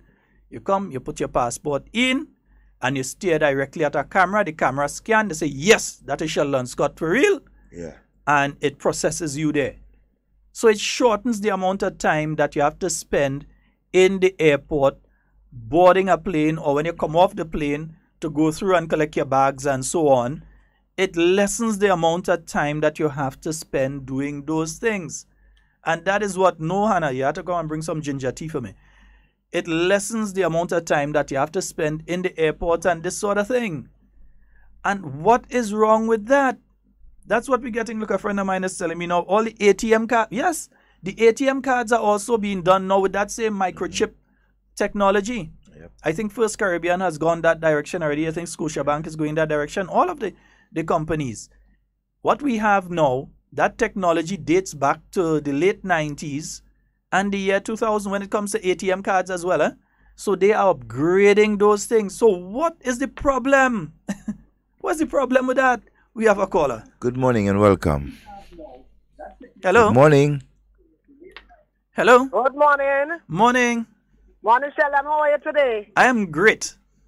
Yes, man. Don't worry. Everything will be okay. Take it easy. The reason why St. George is so dead, people going out to work, man. Have a good day. All right, my dear. And that's the other thing. You generally find that St. George is busy, you see, early in the morning, up until about 9 or so. You find a lot of people because people passing through St. George to go down to Granans, to go down to where, to go up to St. David, to come down from St. David and go up to the West Coast, wherever they're working and so. And then the evening time again, anytime from 3, 4, 5 going back there, you see a lot of people. You don't see people hanging out and taking a drink and shopping and all this kind of thing, unless something major is coming up. So, like, okay, this weekend it's Mother's Day. You don't expect to see a pile of people in town today. People who shopping for their mother and that kind of thing and buying the look of Mother's Day present. You would see them tomorrow evening. And you would see some of them on Saturday. Why are you telling people go in town today? Now, if I know how to go and buy a present, if my mom was still alive and I had to go and buy a present, I ain't going and buy the present to have to hide it all over. I'm going and buy it Saturday, innit? You're going and buy it Saturday and you put that aside and that kind of thing and you make a one trip. Sunday morning is right there. Yeah. People not idle, and unlike some people that's so idle that they could go and stand up in town and drink a pile of rum for the entire day. Other people are idle. They have work to do. Go and find work so you wouldn't have time to be in town too. Lessen the population in town. Damn idle. Yeah, sorry about that, folks. Hey, on Sunday, boy, my beautiful, wonderful, sweet mom will be celebrating her birthday, Mother's Day. Wow, that's a gift. Yeah, wonderful, boy. Yeah. Birthday on Mother's Day. On Mother's Day. Yeah, man, that's wonderful. 80. Wow. Happy birthday to Devon's mommy. Yeah, happy birthday to Devon's mommy. Oh, Miss Louisa. My mom is no longer with us. Romain. Yeah, she's strong. She's an 80-year-old young girl. Yeah. Strong and healthy. Lives in the U.S. though. It's a pity I couldn't hold her and brace her. Only Devon want to go in the U.S. Well, it's a bit late right now. I mean, if you have the yeah, visa? No. You don't have visa? Well, we'll talk to somebody, man. It's hard to get. We'll talk to somebody. There's hard talking. By the time you go in Barbados and you tell them, you say, hey, I'm Devon from Hard Talk. That is it. And they say, hey, look, how much visa you want? One alone? Before you getting that. Nah, but them Bajans don't like Hard Talk. It's not the Bajans you're dealing with. It's not the Bajans you're dealing with. You're dealing with the U.S. Embassy. The Bajans can't stop you from getting that. When you go there, you're going to the U.S. Embassy. And plus, the Bajans like us, man. Don't say that. Bajans love us. And right now, Barbados has gone into election mode. So right now, real thing. Listen. Yesterday was nomination day or something like that. I listened to the two campaigns. I've been listening every night. They have been having meetings, particularly the Barbados Labour Party, the opposition. They've been having meetings every night. The DLP has been the ruling party. They've been having meetings as well. The ruling party, though, there was strange approach. They had a meeting on Sunday, and they spent 6 hours. 6 hours. Every speaker attacking Mia Mottley, the leader of the opposition. Wow. 6 solid hours of personal attacks. I ain't talking about we're going to do this for the country and that for the country and this is going to be better for Barbados. But 6 hours of attack on Mia Mottley. Wow, that was calculated. I tell you, I know winning the election and I know it would not be a surprise for me. I know what's going on there. Yeah. Good morning and welcome. Morning, sir. How are you? Yes, morning. How are you? We're hearing you, man. Go right ahead. Morning, brother Sheldon. How are you going? Hey, great, man. How is Tobago? Tobago in the house. Tobago going good. Devon, good day. Good day, my brother. You take the thought from a old boy. Yeah? They call that lady name about 1,000 times. I was checking it, you know. What? All speaker, you know, boy. 6 hours, you know, man. I never see anything like that in my life. 6 hours. 1,000 times they call she name, you know. Every word was she name, you know. At that time, I said, Lord of mercy, like this man win already, boy.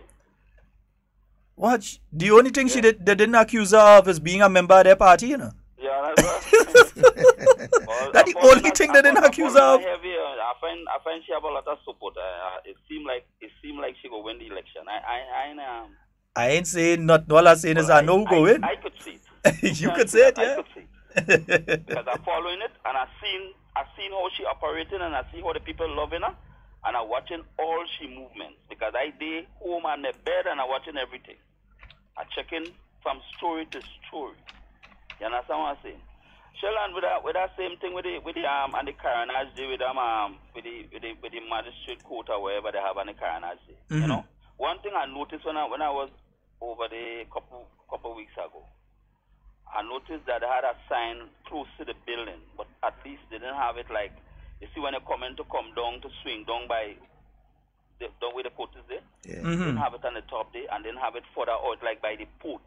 To say, well, you know, that zone there is no blowing horn or whatever. I don't see that. So I mean at least they should because people might be just coming down for the first time and they might, you know.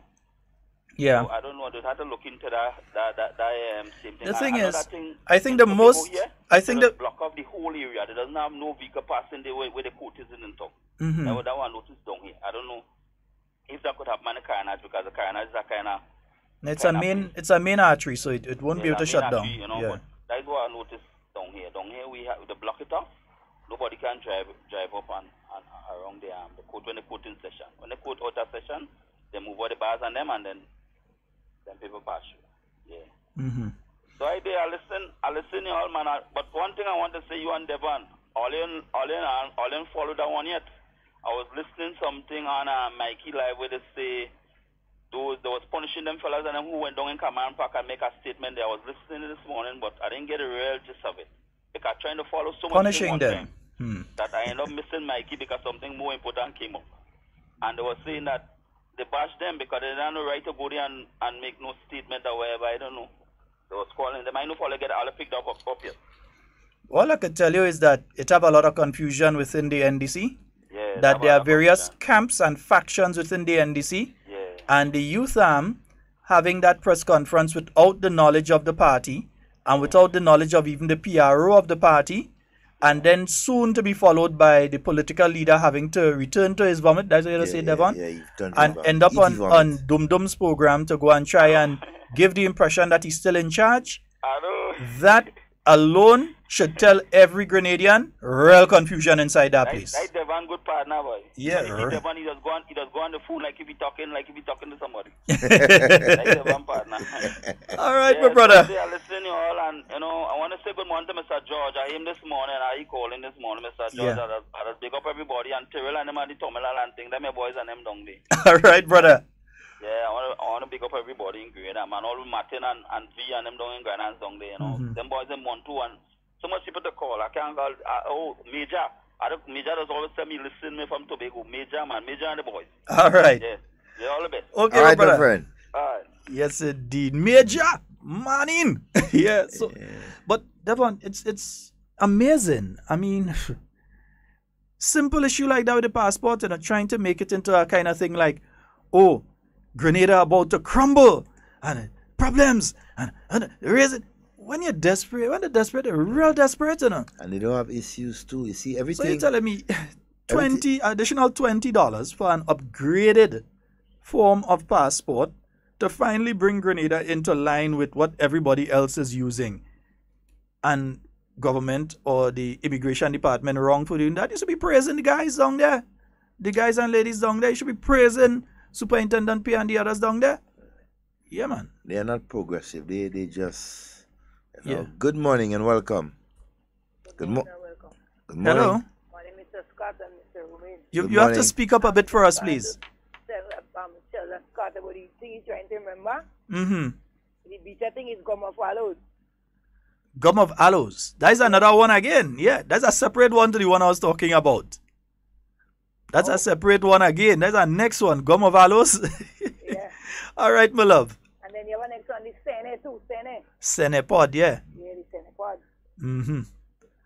All right, my love. Yeah, Thank you. To give me them things and them, you know, so I know. Yeah. Yeah. All right. You enjoy the rest of your day today. You continue good work to Mr. Romain and enjoy the rest of the day. All right. Thank you. All right. Yeah, it's a Chinese thing in the red box. Does give Ginseng. Tisa de debo. Tisa. Yeah, I have a bottle of that I'm drinking right now. Tisa de debo. When you used to pee bed, when you was about 5, 6. When I used to pee bed? They never used to give you the heart of the sauce up to eat. When I used to pee bed? Yeah. What was man? The heart of the sauce up. They used to give you that to eat, you know.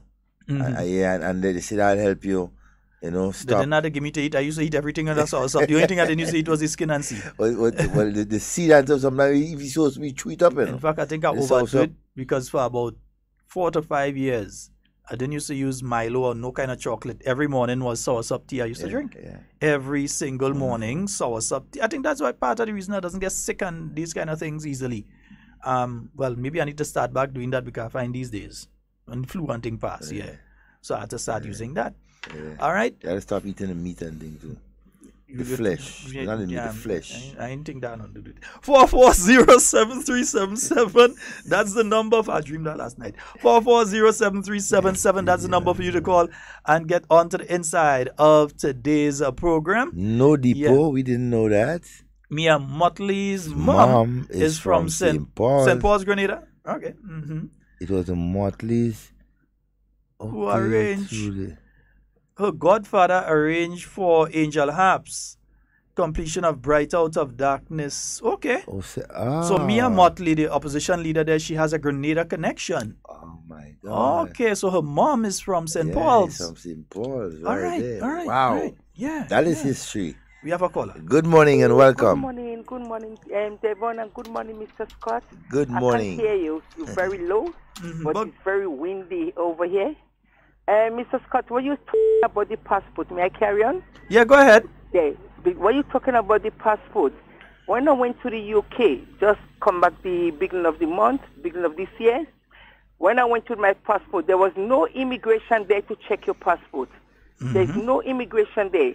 You have to face the machine and put the passport in the machine. And the machine check it and look at your face, and then the bars open and you go through. If you look at things changing nowadays, everywhere things changing. And if Grenada don't keep up with it, we're going to get left behind. And the thing about it, right, if you look now, machinery taking over, robot taking over the world now. Robot is in the theater, giving people up, doing operation on people. So everything is changing. And if we don't keep up with it, as I said, then we're going to get left behind. And then we're going to suffer the consequences. When you're playing catch-up, it's very hard to play catch-up. Mr. Scott, have a good day. All right, everyone have a good day too. Okay, thank you. All right. You see, while we playing catch up, some people playing mayonnaise. Yeah. So, sorry. Some people playing mayonnaise. But at the end of the day, the thing is this, in 2000, when it was introduced, when we had the machine readable, we were one of the first in the Caribbean, if not the first, to start that system. When you had the terrorist attacks of 2001, it made it even more important. When the U.S. started changing their various policies and so on, it became more important that you have this sort of passport. And that's where everybody else fell in line. But Grenada had started even before that. And now, with what continues to happen around the world, and with the inclusion of technology, including microchip technology, it is important for Grenada to move that direction and have these new types of passports. Yeah, so all the old types, they'll be phased out and they're getting into the new ones. Good morning and welcome. Morning. Morning, sir. How are you? Not bad. How things are? Just touching base quickly. Yeah. How things going? Good, man. Good. We on did. the road. Well, I am my way to Handel to get some cuckoo and caralo and beans, because I cannot try to stop it in the meat where I take fish.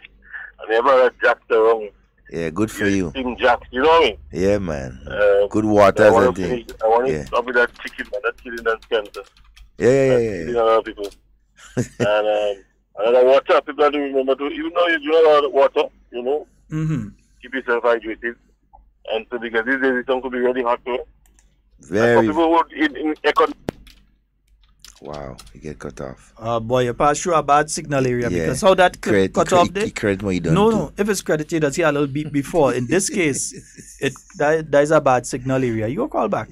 Yeah, you know some up news. Look at Malaysia. You have a veteran politician, 92 years, becoming the next prime minister of Malaysia. Wow. Interesting, but it Very says interesting. It's boy. I'll just leave that one alone. Yeah. But there's a succession plan already in place, and so last man I know them HD that went and do that kind of thing. He didn't live too long after. St. Lucia. Sir John Compton. Didn't live too long after. But then, hey, the necessity of things, in politics sometimes, you just had to happen to get a change, and then you move on. Mm-hmm. Yeah, these microchips that they're putting into the thing now, by the time they scan that in the airport, or you put that in the machine and it scans it, it gets all your personal information that they need to have, that you'd otherwise had to be standing up in front of a human beings and answering the questions and all this sort of thing. It gets your information and so on, right? So that's why these passports are so very important. Yes, time consuming, labor personnel and so, right? Because instead of what is being done is not something bad, is not something wrong. It's a new system, which means even the printing of the passports will have to be done differently. The way they collect the information. The other day, I had a friend that went to get a passport, and I realized that even the process for obtaining a passport has changed slightly. So what is wrong? No comment on that one. What is wrong with introducing a modern system to keep it modern times? It must be them alone that's doing it, not nobody else. It reminds me of a certain candidate at the NDC at the last election who said they want to see St. George's how it was when they were a child. Yeah, imagine that. And they were a child probably somewhere back in the 60s, and they want to see St. George's back as it was when they was a child. So if you give some of them a chance, we want to see Grenada with them carrot roof shed. Yeah, with a set of Caribs running around the place. If you give some of them a chance, no progress. Leave it like that. A set of Carib running about the place, moving from island to island in a canoe, right, with them little thatch roof and them kind of things. So that's where some of them would like to see. But you see, I've realized that with the NDC, right, anything that's new, anything that's good in their view, anything that has to be implemented to benefit people, right, or they think should be done by them. You know, that's the kind of selfish and egoistic kind of attitude that they have. They always think about themselves and nobody else can do it. You know? That's the thing, because the belief is that they believe that they're better than everybody else. Exactly. And that's always the belief, so that the economy of Grenada would not move forward unless it's them that are moving it forward. Yeah, that's so disgusting. You understand that sports can't move forward if it's not them moving it forward. Youth can't move forward if it's not them moving it forward. That is constitutional reform mustn't go ahead if it's not them. If you don't like the constitutional reform thing, well, I mean, I know that, you know, and they gearing up and think to basically oppose it too, you know. Which is why I've been listening to them. Which is why on Monday we shall be having some guests in studio to speak about constitutional reform and in particular the Caribbean Court of Justice. So you can look forward to that discussion taking place on Monday. All right. Yep. Caribbean Court of Justice and constitutional reform. And I must state my position clearly, because there's some people out there that pushing this thing about redo the entire constitution. Even if we were to go into the process now, write a totally new constitution and put it forward to the Grenadian people, these people who are saying do it like that are still going to say vote no against it. Simply because it is not their doing. They're going to every suggestion they make, you could put it forward, and they are still going to come and say, vote against it. So at the end of the day, the best thing to do is do what is the best interest of the country, and that is what I believe that the government is doing, which is why we're going down the road of constitutional reform again, and in particular the CCJ, the issue of the CCJ. I think it's an issue that is very important, and it's the first in a stepping stone, well, the second in a stepping stone, because we were actually successful with constitutional reform before. And why I will say that is that while some was trying to stop the process back in November of 2016, we were successful in ensuring that Grenadians got the opportunity to vote on it. So we successfully held the activity and people chose how they want to choose. Now they have an opportunity again, and we'll continue to inform and educate people and give people information in relation to this particular issue, so that everyone would have the proper information and know exactly what is happening, and they'll be able to make an informed decision on this particular issue. We're going to ensure, Hard Talk is one of the programs going to make sure and give you factual information in relation to this issue. If others want to try and say don't take part or not, that's nonsensical. That's because they're not intelligent enough to carry on a proper conversation. And while not intelligent at all to carry on a proper conversation, they still believe they're more intelligent than you. That's why they say this stupidness to you on a daily basis. Look at town on a Thursday. It's a Thursday. All Grenadians know on a Thursday is one of the slowest days in the week. The slowest day in the week next to Sunday. It's one of the slowest days in the week. But look at who is talking. They don't even got a job. But that's why they're in town. But people who work in the in town. I mean, you have people busy in the garden. People busy on construction sites. People busy getting an education, going to school and these different kind of things.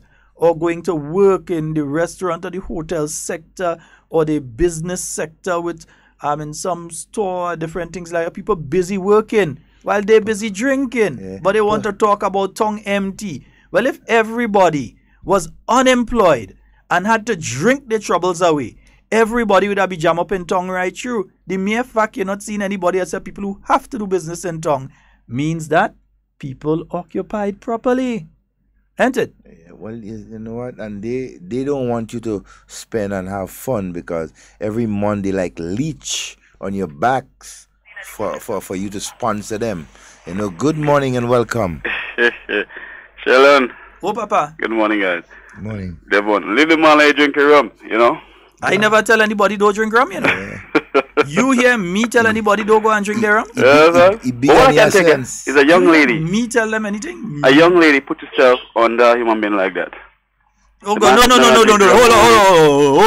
Hold on. Let me don't go that way. Take back that one. Let me don't go that direction. I don't care about that. Let me don't go that direction. Yeah. We are standard above that. We ain't going there. Alright, let me leave that one alone. Let me don't go there. Let me don't go there. Let me don't go there. Let me leave that one alone. We are enough intelligent conversation to carry out without going there. We don't have to Good. Mm-hmm. Let me move on. Mm-hmm. Now, Devon, I wanted to find out from you, young Sheldon, what is wrong with the tractor service? Yeah? Tractor? Yeah. Tractor service, yeah. Because, we need to get the land plow, and, you know, the season is coming up, and we have to get that thing moving. The tractor service from? Yesterday. Tractor service from?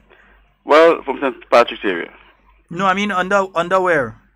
You just said tractor service. I don't know what you're talking about. If you're talking about Sammy's, if you're talking about Marshalls, I don't know what you're talking about, really. I'm trying to understand. To plow our lands, man. From the Ministry of Agriculture. Yes. Yes.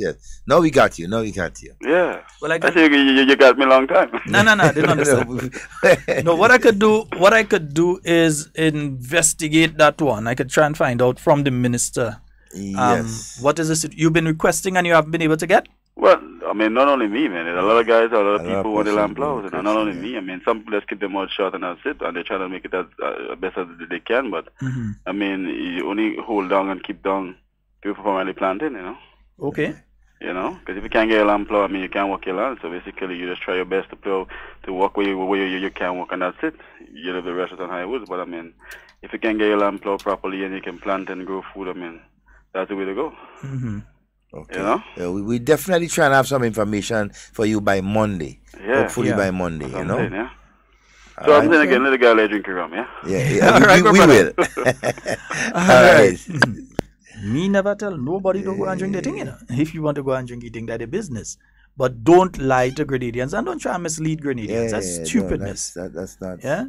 They're already doing you a good favor by helping you and sustaining you. Stop belittling them and lying for them and everything like that. You understand? We Grenadians are not, we're not stupid and dumb. Most of us. No, most of us. None of us. We ain't stupid and dumb. So who want to play the stupid? Play the stupid. Yeah. Nobody stupid. Yeah, nice. 4407377. That's a 4407377. Go ahead. 347-329-3101. I'm trying to remember if it have any other activities this weekend, you know. Yeah, besides because the Mother's Day Queen show. Last week would have more be the mountain, so you had a lot of activities then. Yes. This week outside of the Mother's Day Queen show, there is a the Berries show. Then there is something. The David Rudder thing on Sunday. Yeah, David Rudder thing on Sunday in baskets, prize baskets. Someone sent something via WhatsApp to me and I misplaced it. What again? Does the police have anything on Sunday? I doubt. I'll have to check. Yeah. It's about in the month of May, what are some of the things coming up? Well, Mother's Day is a big activity anyways. Yeah. All right, for Sunday and so on. Yeah, but quite a few.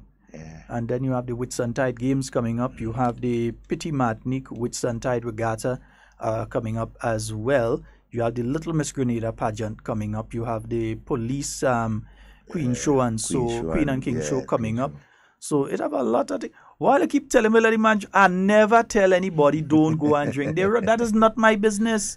It's not my hand that been in. It's not me that. So somebody else drinking rum and I getting drunk? Nah, it's not me.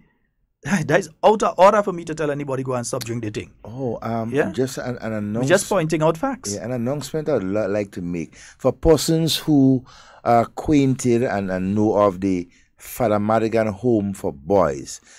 Most of us knew it was located in St. Mark's, right? It has been moved, all right, perhaps a year or two ago from St. Mark's to Richmond Hill, right at the back of the Home for the Aged, where the tennis court and so was in the back there. That's the new location for the home for boys, the Father Madigan Home for Boys, right? For just so let people know, because there are persons who over the years has been contributing in a lot of way in assistance, to the boys and so in their whole development, and we really love for that to continue. Right? Some people are saying that they don't know where it is. They didn't know if he exists still. And so it is, and it's located right there in Richmond Hill, right at the back of the Home for the Aged. Okay, if you know where the old tennis court was and so and everything like that, that's right around that region. All right, so hey, do what you do best. All the different agencies and persons who want to contribute and donate whatever.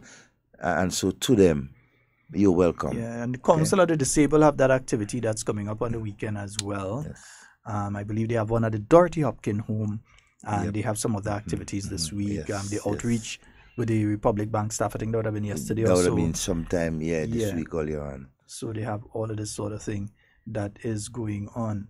Yeah, imagine I see all kind of fellas and things. And again, I see a front page on newspaper. I ain't want no cat food. That's all I'm saying. I ain't want no cat food. Right. And again, another reminder, and we will continue to do that. Right up and until it's over. The hurricane season, is about to commence around the 1st of June, Just want to sensitize persons as to some of the things that must be done, even before, must be done continuously, in our premises and so, keeping all the overhangings away from our houses and that sort of thing, keeping the around our places clean, the drains, everything like that. Have a hurricane plan. And so know what you're doing in case of your emergency hurricane, your first aid kit, and so these are the things that you have to sensitize yourself. Lots of information will be coming out from NAGMA in particular, about what to do and what you don't do in case of a different disasters and so. So just a reminder for persons, be mindful of the hurricane season is about to start. And we must be mindful of what information that has been disseminated, especially from NAGMA, the official voice of disaster in our country. Mm-hmm. Disaster management. Yes. Right. Nice. 440-7377. We're quickly running out of time for today's program. Quickly running out of time for today's program. But the caller did mention. I'm our friend in Tobago, about the confusion within the NDC. We said not one seat for them, and we knew what we were talking about. It happened. We said what we had to say, and we were very factual in what we said. Mm-hmm. And it has come to pass. Oh, yeah. And we are also seeing that what is taking place within the organization right now is a lot of upheaval within it. For instance, when last have you all heard on a public forum from Franca Bernardine? Wow. When last have you all heard on a public forum from Ray Roberts? Listen, I don't even see them, much less hearing from them, and I just be around. Even the deputy political leader from St. Patrick's. And it seems as though some of them gone into a shell. They disappear. Yeah. But don't think it's that. It's actually some of them there, and it's the confusion in between. That's what's taking place right now. We have a caller. Good morning and welcome. Hello. Good morning. Hi, good Hello, night. morning. Yes. Go right ahead. Is this the program? Yes, you're live, my dear. Yes, I want to ask a question concerning the passport. Mm-hmm. Yes, go right ahead. Hello? Yeah, go right ahead. You're live. Yeah, Ignore the radio in the background, please, and go right ahead. Yeah, concerning the passport. Yeah, go ahead, my dear, because it might be the first time you're calling the program, but you have to leave the volume off the radio in the background and talk to us here. Go ahead. Yeah, so even... You're getting yourself tired by listening to me answering you on the radio in the background, so you need to take the radio off and talk to me here. Well, I have an old passport. If I have to travel around August month, what I have to do? I have to get a new passport, or I have to travel with the expiry date or the 2020. No, you don't. No, Devon, no. You don't have to do that. So okay, my dear? When it expires? When it expires, yes. Right, thank you very much. Okay, all right. No, she does not have to do that. One of the things when she says old passport, because up to now, let me clarify, Devon. They are issuing passports right now. If you need to get a passport now, they're issuing. They will not issue one to you now and then tell you a month from now you need to change it. So if it expires in 2020, when it expires then, you get the new one. If you want, you could go in and change it, but it's not necessary. That's what I'm about to tell you, right? If you need to, because they always tell you that do not wait until your passport expire. You have at least 6 months before, right, to come in and renew your passport before that expiry date, right? Because you don't know. 6 months before, but hers is expiring in 2020, so she has about 2 years remaining on it. 2020, I thought it was August this year, she said. No, she said she's traveling in August. She says she's going to be traveling in August. So if it makes sense to change it now. Now the option is there, right? You don't have to keep the one that you have now. You could decide I want the new one with the microchip on it. So you go in and you pay and you change it. But it is not an absolute necessity at this point in time. So it's the new passports. The new passports that they're issuing. The new ones that they're issuing, that is the ones that will be started from July. But it doesn't mean that you have to bring in all your passport that you have now and change to the new one. If you want to do that, you do it. You could do it if you want. But you could do it if you want. But that is not necessary. Just don't wait for your passport to expire. Yeah, if you do that. Yeah, because you know that happened to me during Ivan, right? During Ivan. It costs you more. No, but it cost me more. Brother man, Ivan came, Ivan hit, passport was expired. And about a month after Ivan had an emergency. I had to travel down to Trinidad because one of my relatives died. And I had to rush down to Trinidad.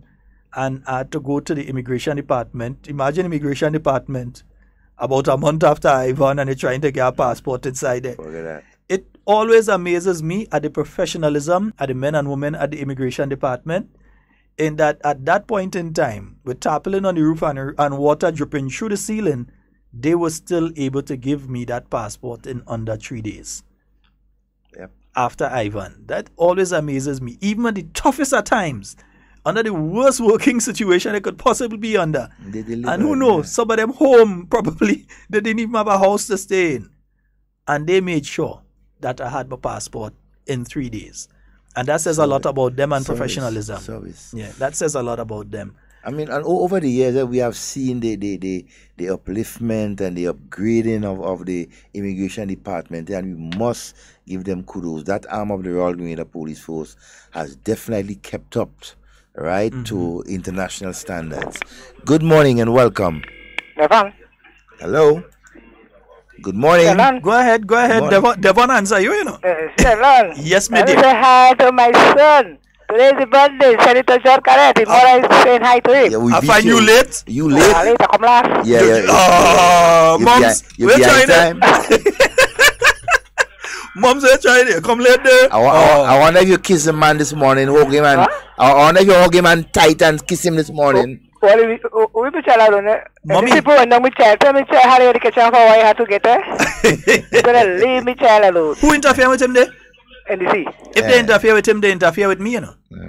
Tell them anytime they interfere with him, they interfere with me and Devon. Yeah, Judd, they can't touch if they feel it's just what they are afraid of, they know that he's intelligent and they know what he's going to do to them in the Senate. So they're afraid. They're running him down. They're running him down? Yeah. Tell them even if there was Kirani, they ain't catching him. They didn't leave child alone. And tell them he's running. One boy alone, no one son. And tell them he could run, because he used to run good before. Yeah. He used to run in Intercol and win medal. So tell them leave him down to run. He have a lot of trouble. 400. Bad brand that. But here now, Okay. I have something to tell you. Hey. I want you to call me right after the program.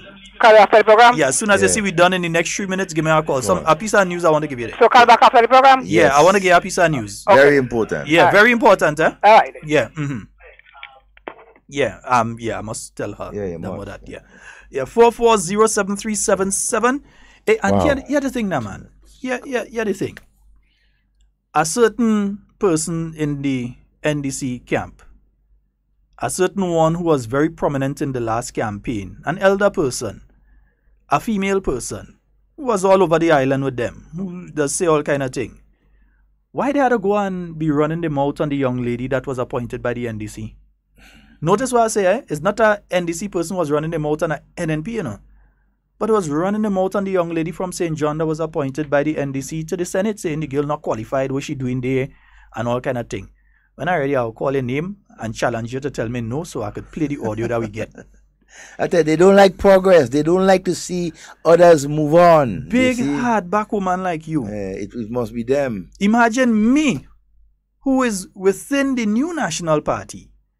I am saying, let's give the young lady a chance and see how it develops and so on. She has the opportunity now.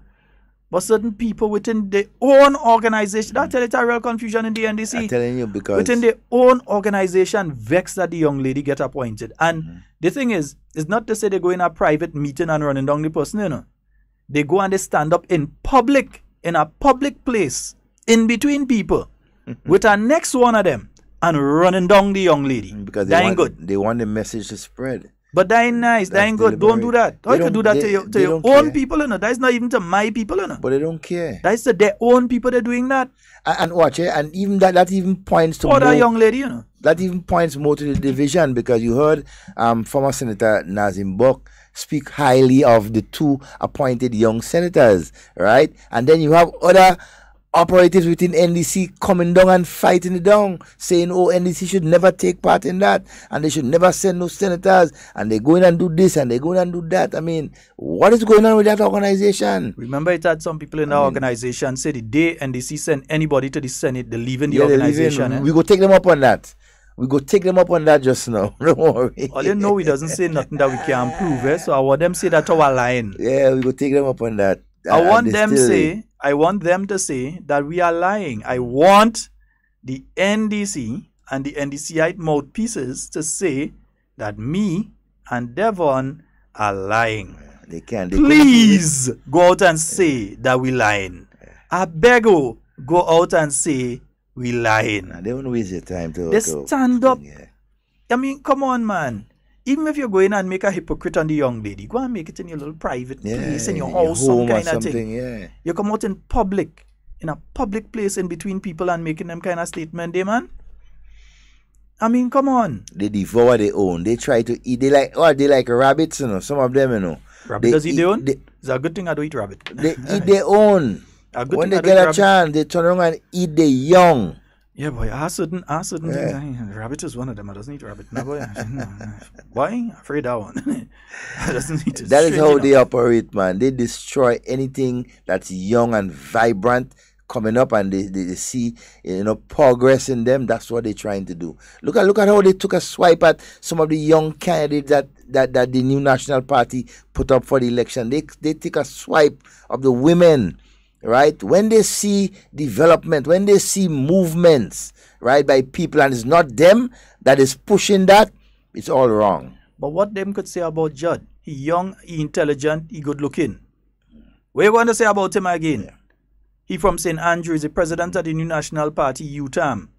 And as president of the New National Party UTAM, his political organization, ably supported by the vote of the youth, won 15 seats to 0. Yep.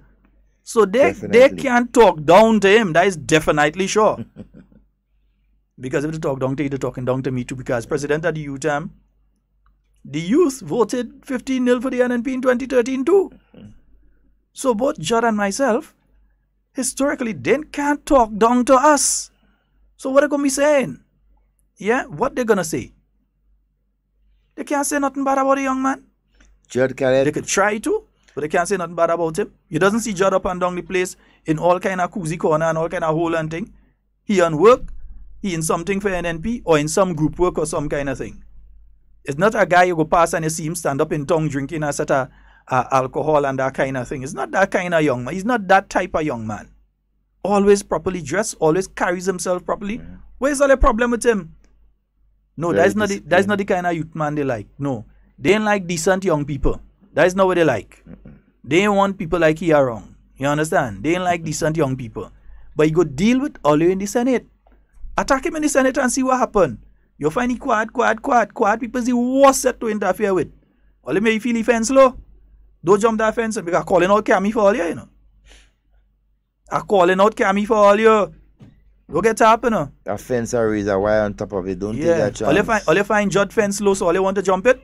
Anyway, watch. I see a man reach inside the week. Let me finish the program on time. Folks, that's all the time we have for Hard Talk today. It's been wonderful being here with you. And whatever you say and whatever you do it safe and secure. We want to be speaking to and... Not about you. All right, not about you. Yeah, we want to speak to you, not about you. That's all the time we have for today. We are out. But in a single mom, child is hard to mind. Deadbeat fathers just make me sick. Let's do something to get rid of this problem quick. Yes, this is me, Rootsman Kelly, 2017 Calypso Monarch of Grenada, Carriacou, and Pitimatnik.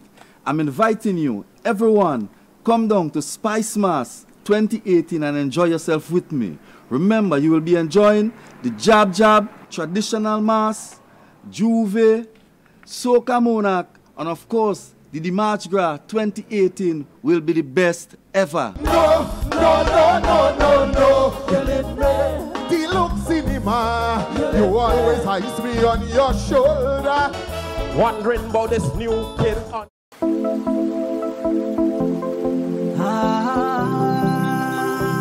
This year's Spice Mass climaxes on August 13th and 14th. It is an event you just cannot afford to miss. I am Tamaya Monroe, Miss Grenada 2017, inviting you to the festivities, the Shortney and all the different traditional mass, the fancy mass, the Monday night mass, and as Specky said, the best part of Carnival, the Juve. Spice Mass 2018 is one that's going to be fun, epic, unforgettable. Miss Grenada 2017 Tamaya Monroe inviting you to the Carnival Queen Show on August 9th, 2018 to witness the 7 beautiful ladies contesting for the title Miss Grenada 2018. It is an event that you cannot afford to miss. Miss Grenada said so.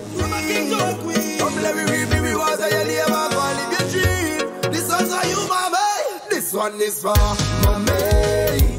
You play your part and you still playing your part. I love you from my heart, boy.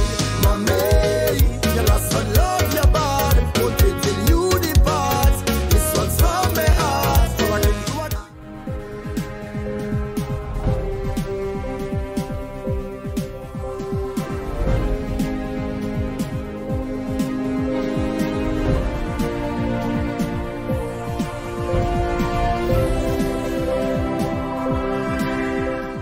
New e-passport system to be rolled out in July. Details to this story and more in the National Report.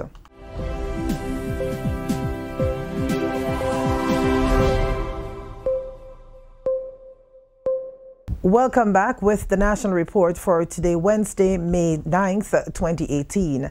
I am Wendy Edmond. A new e-passport system giving people the opportunity to apply for their passports online will be introduced here by the end of July. It is part of the requirements of the International Civil Aviation Organization, under which Grenada must comply.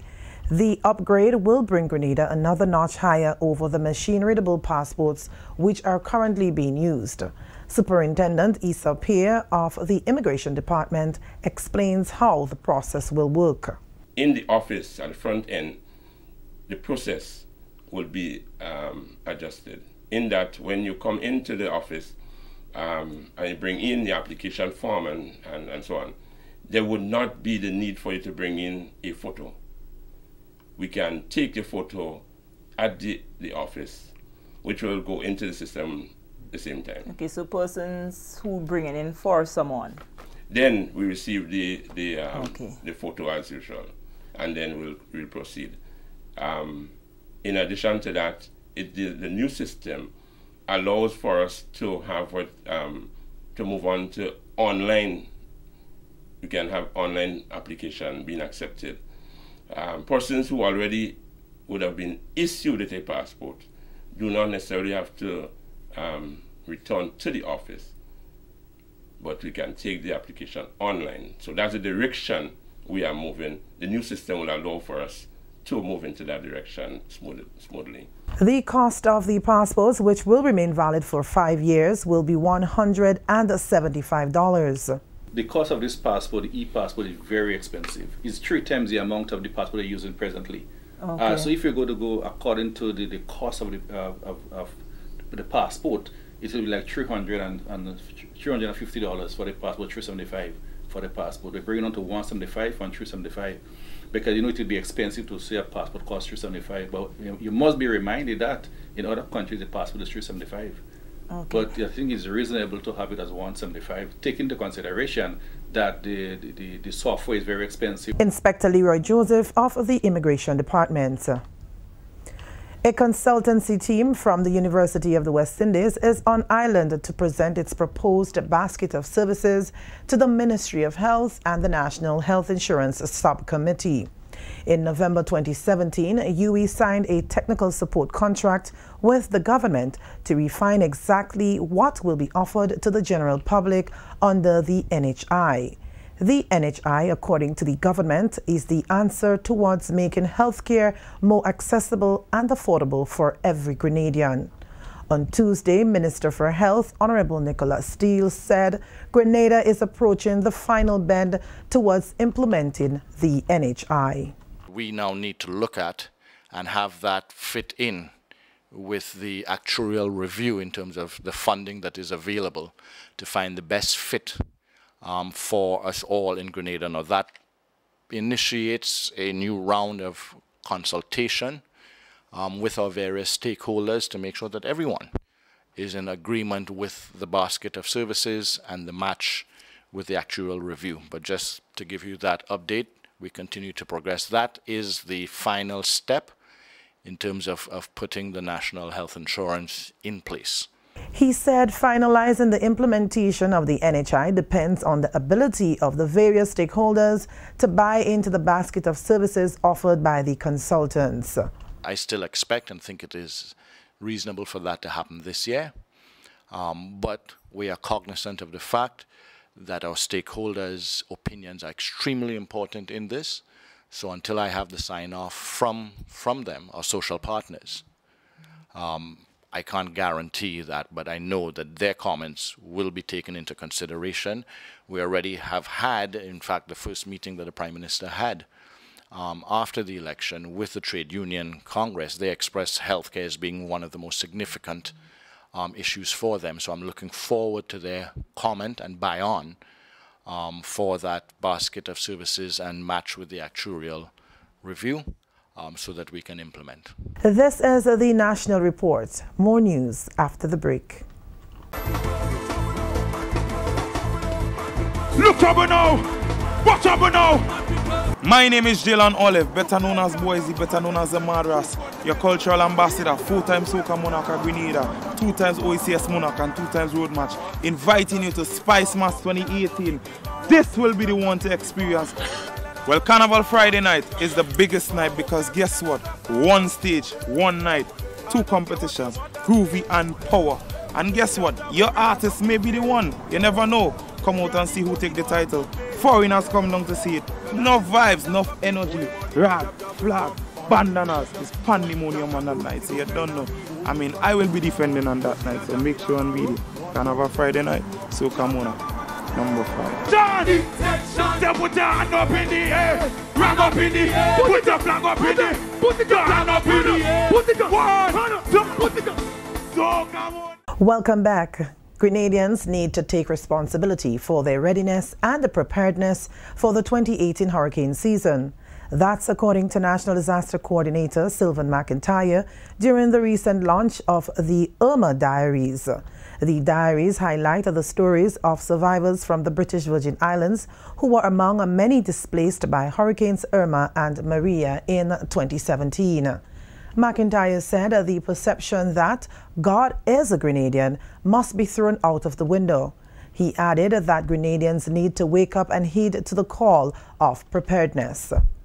If we were thinking about going back, or the complacent attitude was seemingly stepping in, the season of 2017 said to us that we need to wake up. The night call is here. Trim your lamps and let's go, because there's a call having come through what was an era where the region was almost asleep and Hurricane Ivan woke us up. And in 2017, when we were just about in our slumber again, we were awakened by Irma and Maria.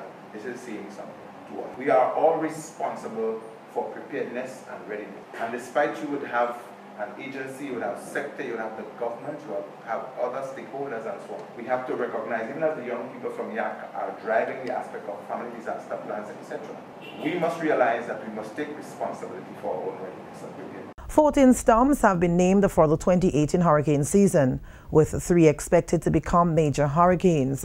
According to McIntyre, Grenada was spared in 2017, but there are still lessons to be learned from the islands that were affected. 1473. You all know that area code? That's Grenada's area code.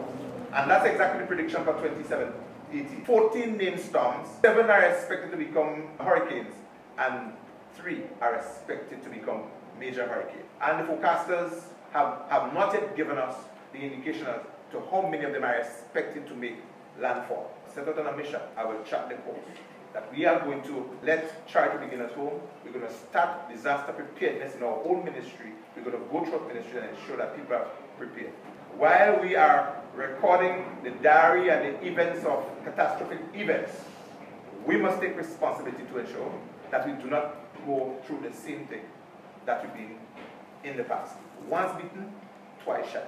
And that's a wrap on our national report for today, Wednesday, May 9th, 2018. I am Wendy Edmond, thanking you for viewing.